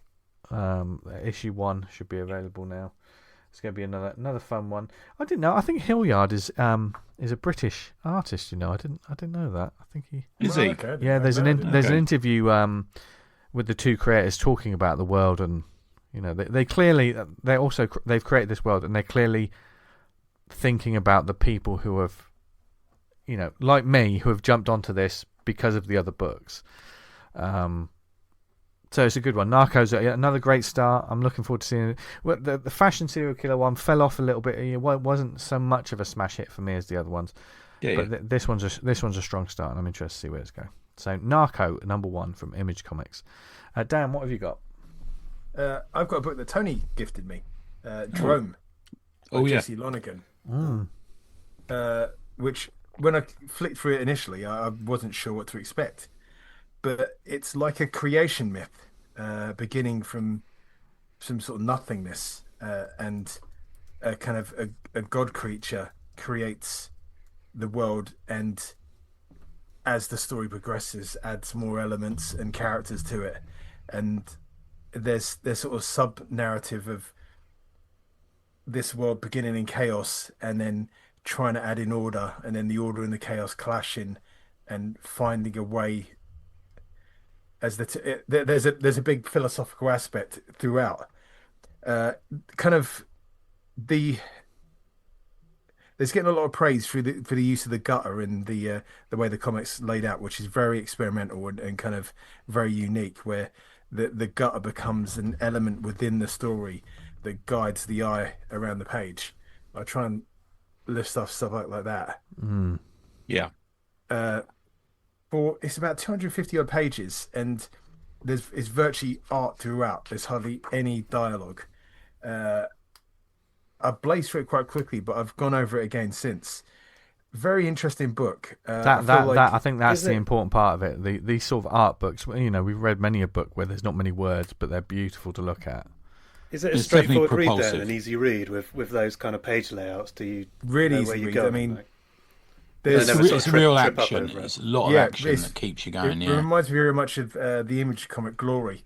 Not quite as bloodthirsty, but lots of sort of muscular action pieces where the characters are tearing into one another. For instance, here where you've got the gutter that tracks a character, got inverted, falling down the page, and the gutter cuts up the page where that character's falling. It's a very kind of interesting and It's very intuitive way trademark of his, that whole sort of the gutter cutting up the images, and yeah. Yeah, they Like- look really cool. this here. You got those an image where like the negative space being used by this kind of like cosmic kind of whip, which is used throughout the Yeah, story. so clever. The godlike beings, they kind of loom out of frame and sort of sometimes live off the panels, which gives it a kind of an outworldly feel of like these big monstrous entities like that play in the story with kind of like granting abilities and giving certain, like the Greek gods used to give certain characters a second chance or power them up a little bit, where there's two of them, one favors one and one favors the other, and it plays out like a kind of tragedy of these characters going up against one another with their patrons behind them, which are these god entities. I've really enjoyed it. I can't recall panel work being done like this before. I can see why he's getting a lot of accolades for it, because it's a very different way of doing stuff. Yeah. He's done it for a while in different books. Right. Yeah. I know I sent Vince Yep. one as well, a different one, but he does that in that as well, doesn't he? It's a similar effect, I think. Yeah. Yeah, I mean, like that when you start getting the end pages where one of the characters start to come across like the godlike beings, and you sort of see the use of the negative space where the god entity is the panel borders. I can only recommend going to check out his stuff and see what you think, because we're kind of confined to being an audio medium to try and tell you about something that's so visually arresting. Yeah. Yeah. we're hopefully Cliff bought gonna- me that. Cliff got me a copy, and he got me the one we talked about previously, the sort of Batman bootleg. And I can see. yeah. Well, I know we're critical of comics awards these days, and I think rightly so in a lot of cases. But Yeah. this is getting some awards buzz, and I think good, Well because it deserved. deserves it. Yeah. I think. Well deserved. Very, very interesting book, and hopefully when we get to talk to him, we can delve into a bit more about what the rationale and thinking is behind his work and that book in particular. Lovely stuff. Good stuff. That's me. Tony, you got Ian? one more? Shall I do one? I've actually got two. Mine are both quick hits. So if I do one, Ian can do one, and I'll do the last one. Shall we do it that way? Yeah. So my next one is the one that I hope you all Clear Run 3 by Helena at Art92. I absolutely adore this series. It's about a rescue greyhound called Marty, who surely has to have one of the best faces in all of comics. Nice picture of him. That's him asleep there. And a whole page of him being asleep. This is a collection of short stories, some scary, some funny, some will get you worrying a little bit. You see Marty goes on his first holiday, full of excitement, with Helena and Damien, who are both characters in the book as well, and to a dog-friendly hotel in Hay and White. Marty manages to emote more than most comic characters. Yes. He really does. You get a sense of emotion, and anything off him is really good. There's a story about him having toys. Anyone who's had a dog will know there's a bit where like he gets attacked by another dog. Yeah, I know. That's right up front as well. And I'm like, oh God, I hope he's all right. Sorry, you know, I'm like, I can't watch John Wick. Yeah, because there's a dog thing in it. I can't do it. Marley and me would destroy me. What it ultimately does, and I think Helena puts this quite rightly in some of the back things, is it does impress on the reader how great a thing it is to go and adopt a dog from a shelter. And there's a lot of dodgy dog breeders out there. Yeah. But there's lots of dogs out there that need homes. There's a lot of nice dogs. I've done it. My dog's not so nice, mind you, but I've done it a couple of times. Careful, Tony, you might be listening. Yeah, he's at the door. And Marty's just a great example of that. Go and adopt a dog from the Dogs Trust or something similar to the RSPCA. You can go to art92.com, all in letters, or Instagram art92. Go and follow this. It needs more people reading it, I think. Yeah, I agree. Really lovely series. Really lovely. Yeah, I like the idea of like an ongoing sort of autobiographical sort of book about like a dog who sort of talks about stuff in it as well. He sort of lets you know what he's thinking. Yeah, really good. Yeah, lovely. Ian, what's your other one? Yeah, my second one, so a bit more on the small press sort of end of the spectrum, is something called Bootleg Spider-Man. Yeah. And I've got 2 issues of this, and that's all there is. I saw somebody put this on the Slack group, and it kind of triggered a memory of seeing it on Cartoonist Kayfabe, actually. So, oh, nice. It's available from Gosh Comics. The much missed Cartoonist Kayfabe, instantly. Yeah, 100%, right? And kind of an interesting one, this. So, obviously, it kind of does what it says on the tin. It is somebody doing their own Spider-Man comic. And again, like as with Banana Man, if I go into it too deep, I'll end up spoiling it. But what you would find out in the first kind of 2 pages, or if you read the blurb about it, is that kind of the kind of conceit behind it is the spider radiation is continuing to like mutate Peter Parker. So he's actually got this like horrific. His head is mutated into like a spider's head. So he's got his mask on all the time, and also that has caused Mary Jane to do it with comfort eating, and she is a somewhat larger lady than we would usually know her. It's a funny comic, but I tell you what, when I first read it, I was not disappointed, but just like mildly disappointed, I suppose, because I was expecting something that was like outrageous, maybe a bit offensive. I was expecting something like something undergroundy, like no holds barred, off the chain, like nothing. There's nothing that they won't say or do. You kind of like there's that Batman one that's a bit like that, isn't it? That's got him cranking. It's by the same guy, I think, and I haven't. Oh right, okay, right. I think the same guy has done a bootleg Batman, which I couldn't manage to get hold of. Right. But like I was sort of expecting like a Toxic Avenger 4 Citizen Toxie levels of kind of like offensiveness. Which probably says more about me than I care to admit. and actually, there is a little bit of that in there, but it doesn't go overboard with that. And I sort of reread it the following day, and kind of loved it so much more. And I've reread it a bunch of times, and there's actually like quite a lot of heart to this. Right. with this kind of like conceit of the radiation, kind of the comfort eating, there's like intimacy issues within their relationship. But you get those kind of Spider-Man thought bubbles where there's a panel of them both sort of thinking like, "Oh, still we love you though," and there is like a ton of humor in there and some ridiculous stuff. But I think there's something else there which kind of like keeps me coming back to it, and I think is worthwhile checking out. A little bit of heart there. It's all done off a 9-panel grid, and then combining panels in various combinations. So it's got kind of like a very sort of kind of vintage Marvel Spider-Man feel to it. There is some really nice writing in here as well. I think there's when Spider-Man's kind of like threatening a villain, he's got this kind of line he delivers, and he kind of messes it up at one point. There's there's kind of a nice sort of like callback, nice little bit of scripting.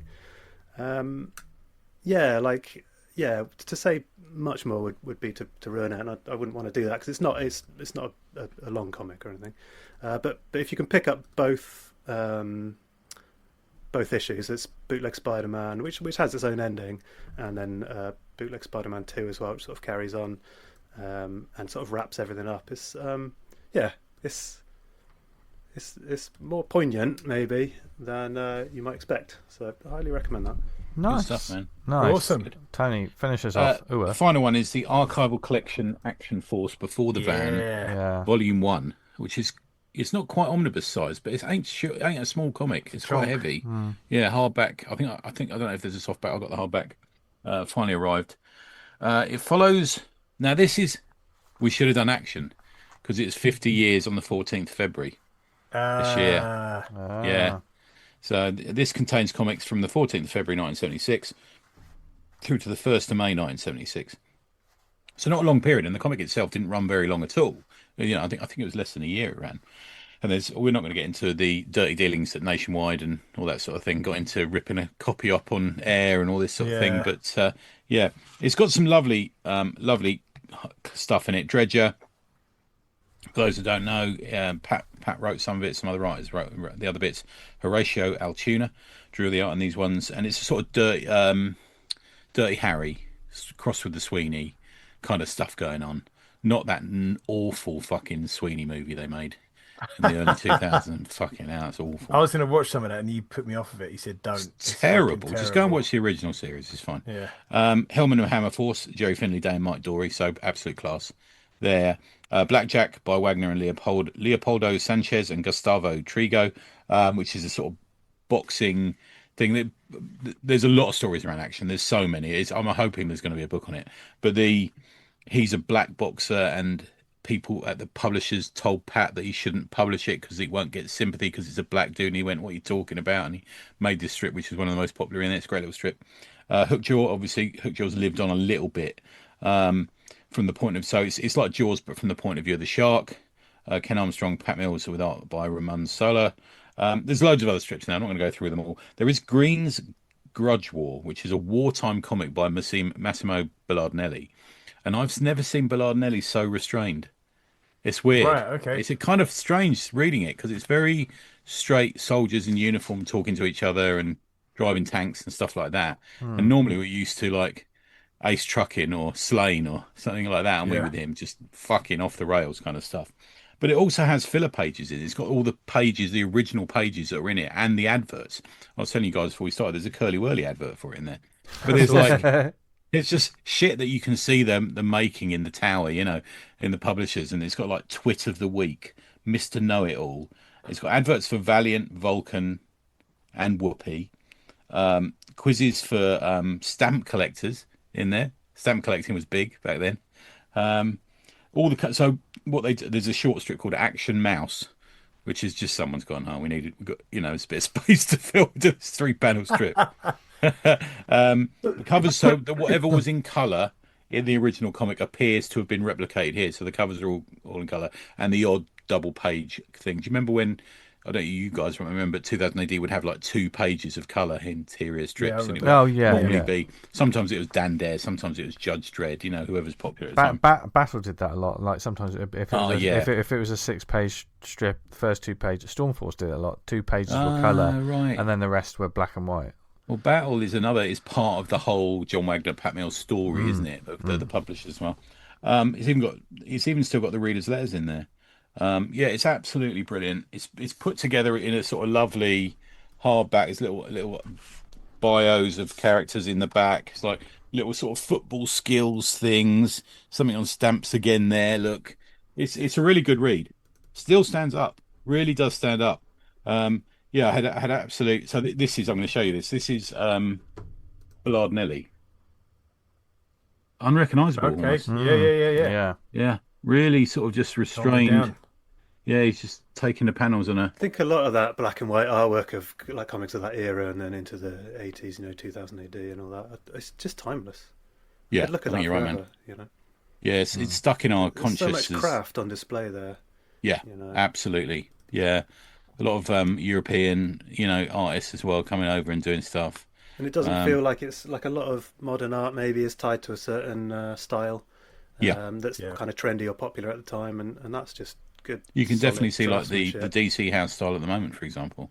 You really can. Yeah, I'd recommend it. I'm going to get the rest. I'm going to get the rest of them. It's going to make a nice little thing for the shelf. I've got a load of the issues. I haven't got a complete run of them, but yeah, really nice. The problem with those old issues is they're falling apart just because of the paper they're on. Yeah. That's So to have unfortunately these the side of it, archival right? collections is what we need. Yeah. That's what weirdos like me will buy. Yeah. There you go. What once again feeds into the wonderful world of nostalgia, because we There love you the go. original ones, but we certainly love a reprint and a collection. All comic collectors are weirdos, really, aren't they? Yeah. Yeah. Break Oh, it down. absolutely. We pay way too much money for old, smelly paper. Yeah. Crumbles in our hands. I'm literally surrounded by it. Stupid, I don't know how I'm going Yeah. to get it down the stairs one day, but yeah.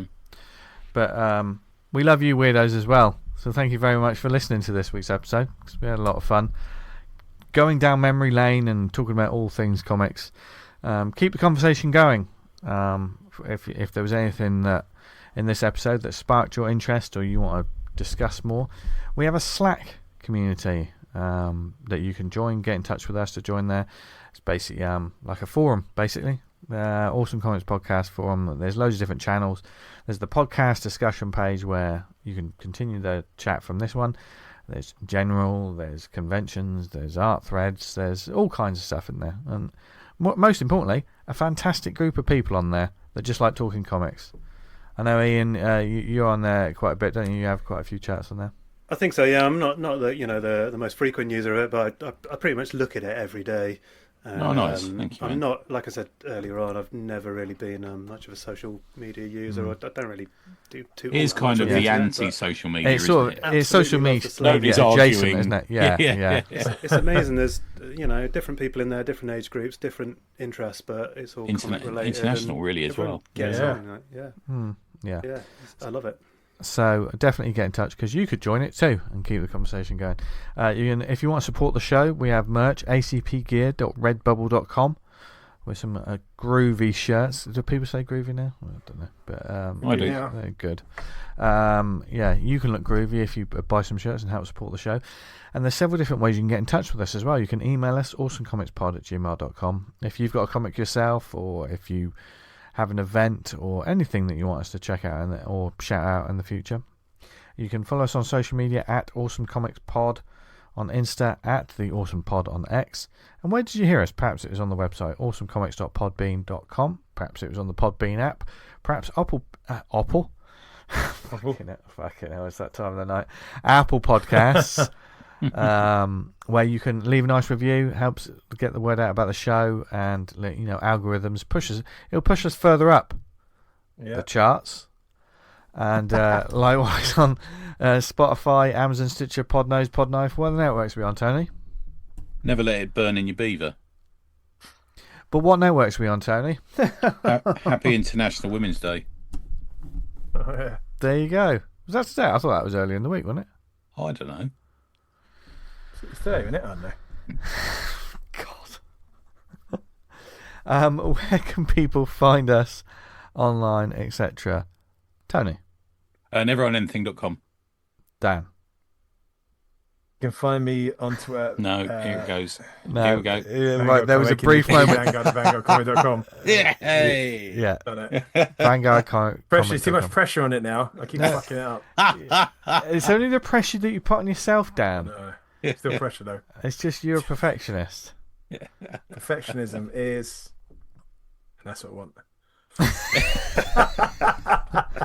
You can follow me on social media at Jester Diablo. Ian, if they want to see you, they could join the Slack, can't they?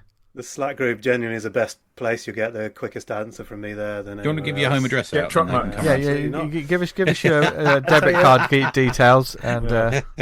Somebody reached out to me on the Slack group the other day for a copy of the Truck Mutts. They had listened to you guys recommend it way back on the pod.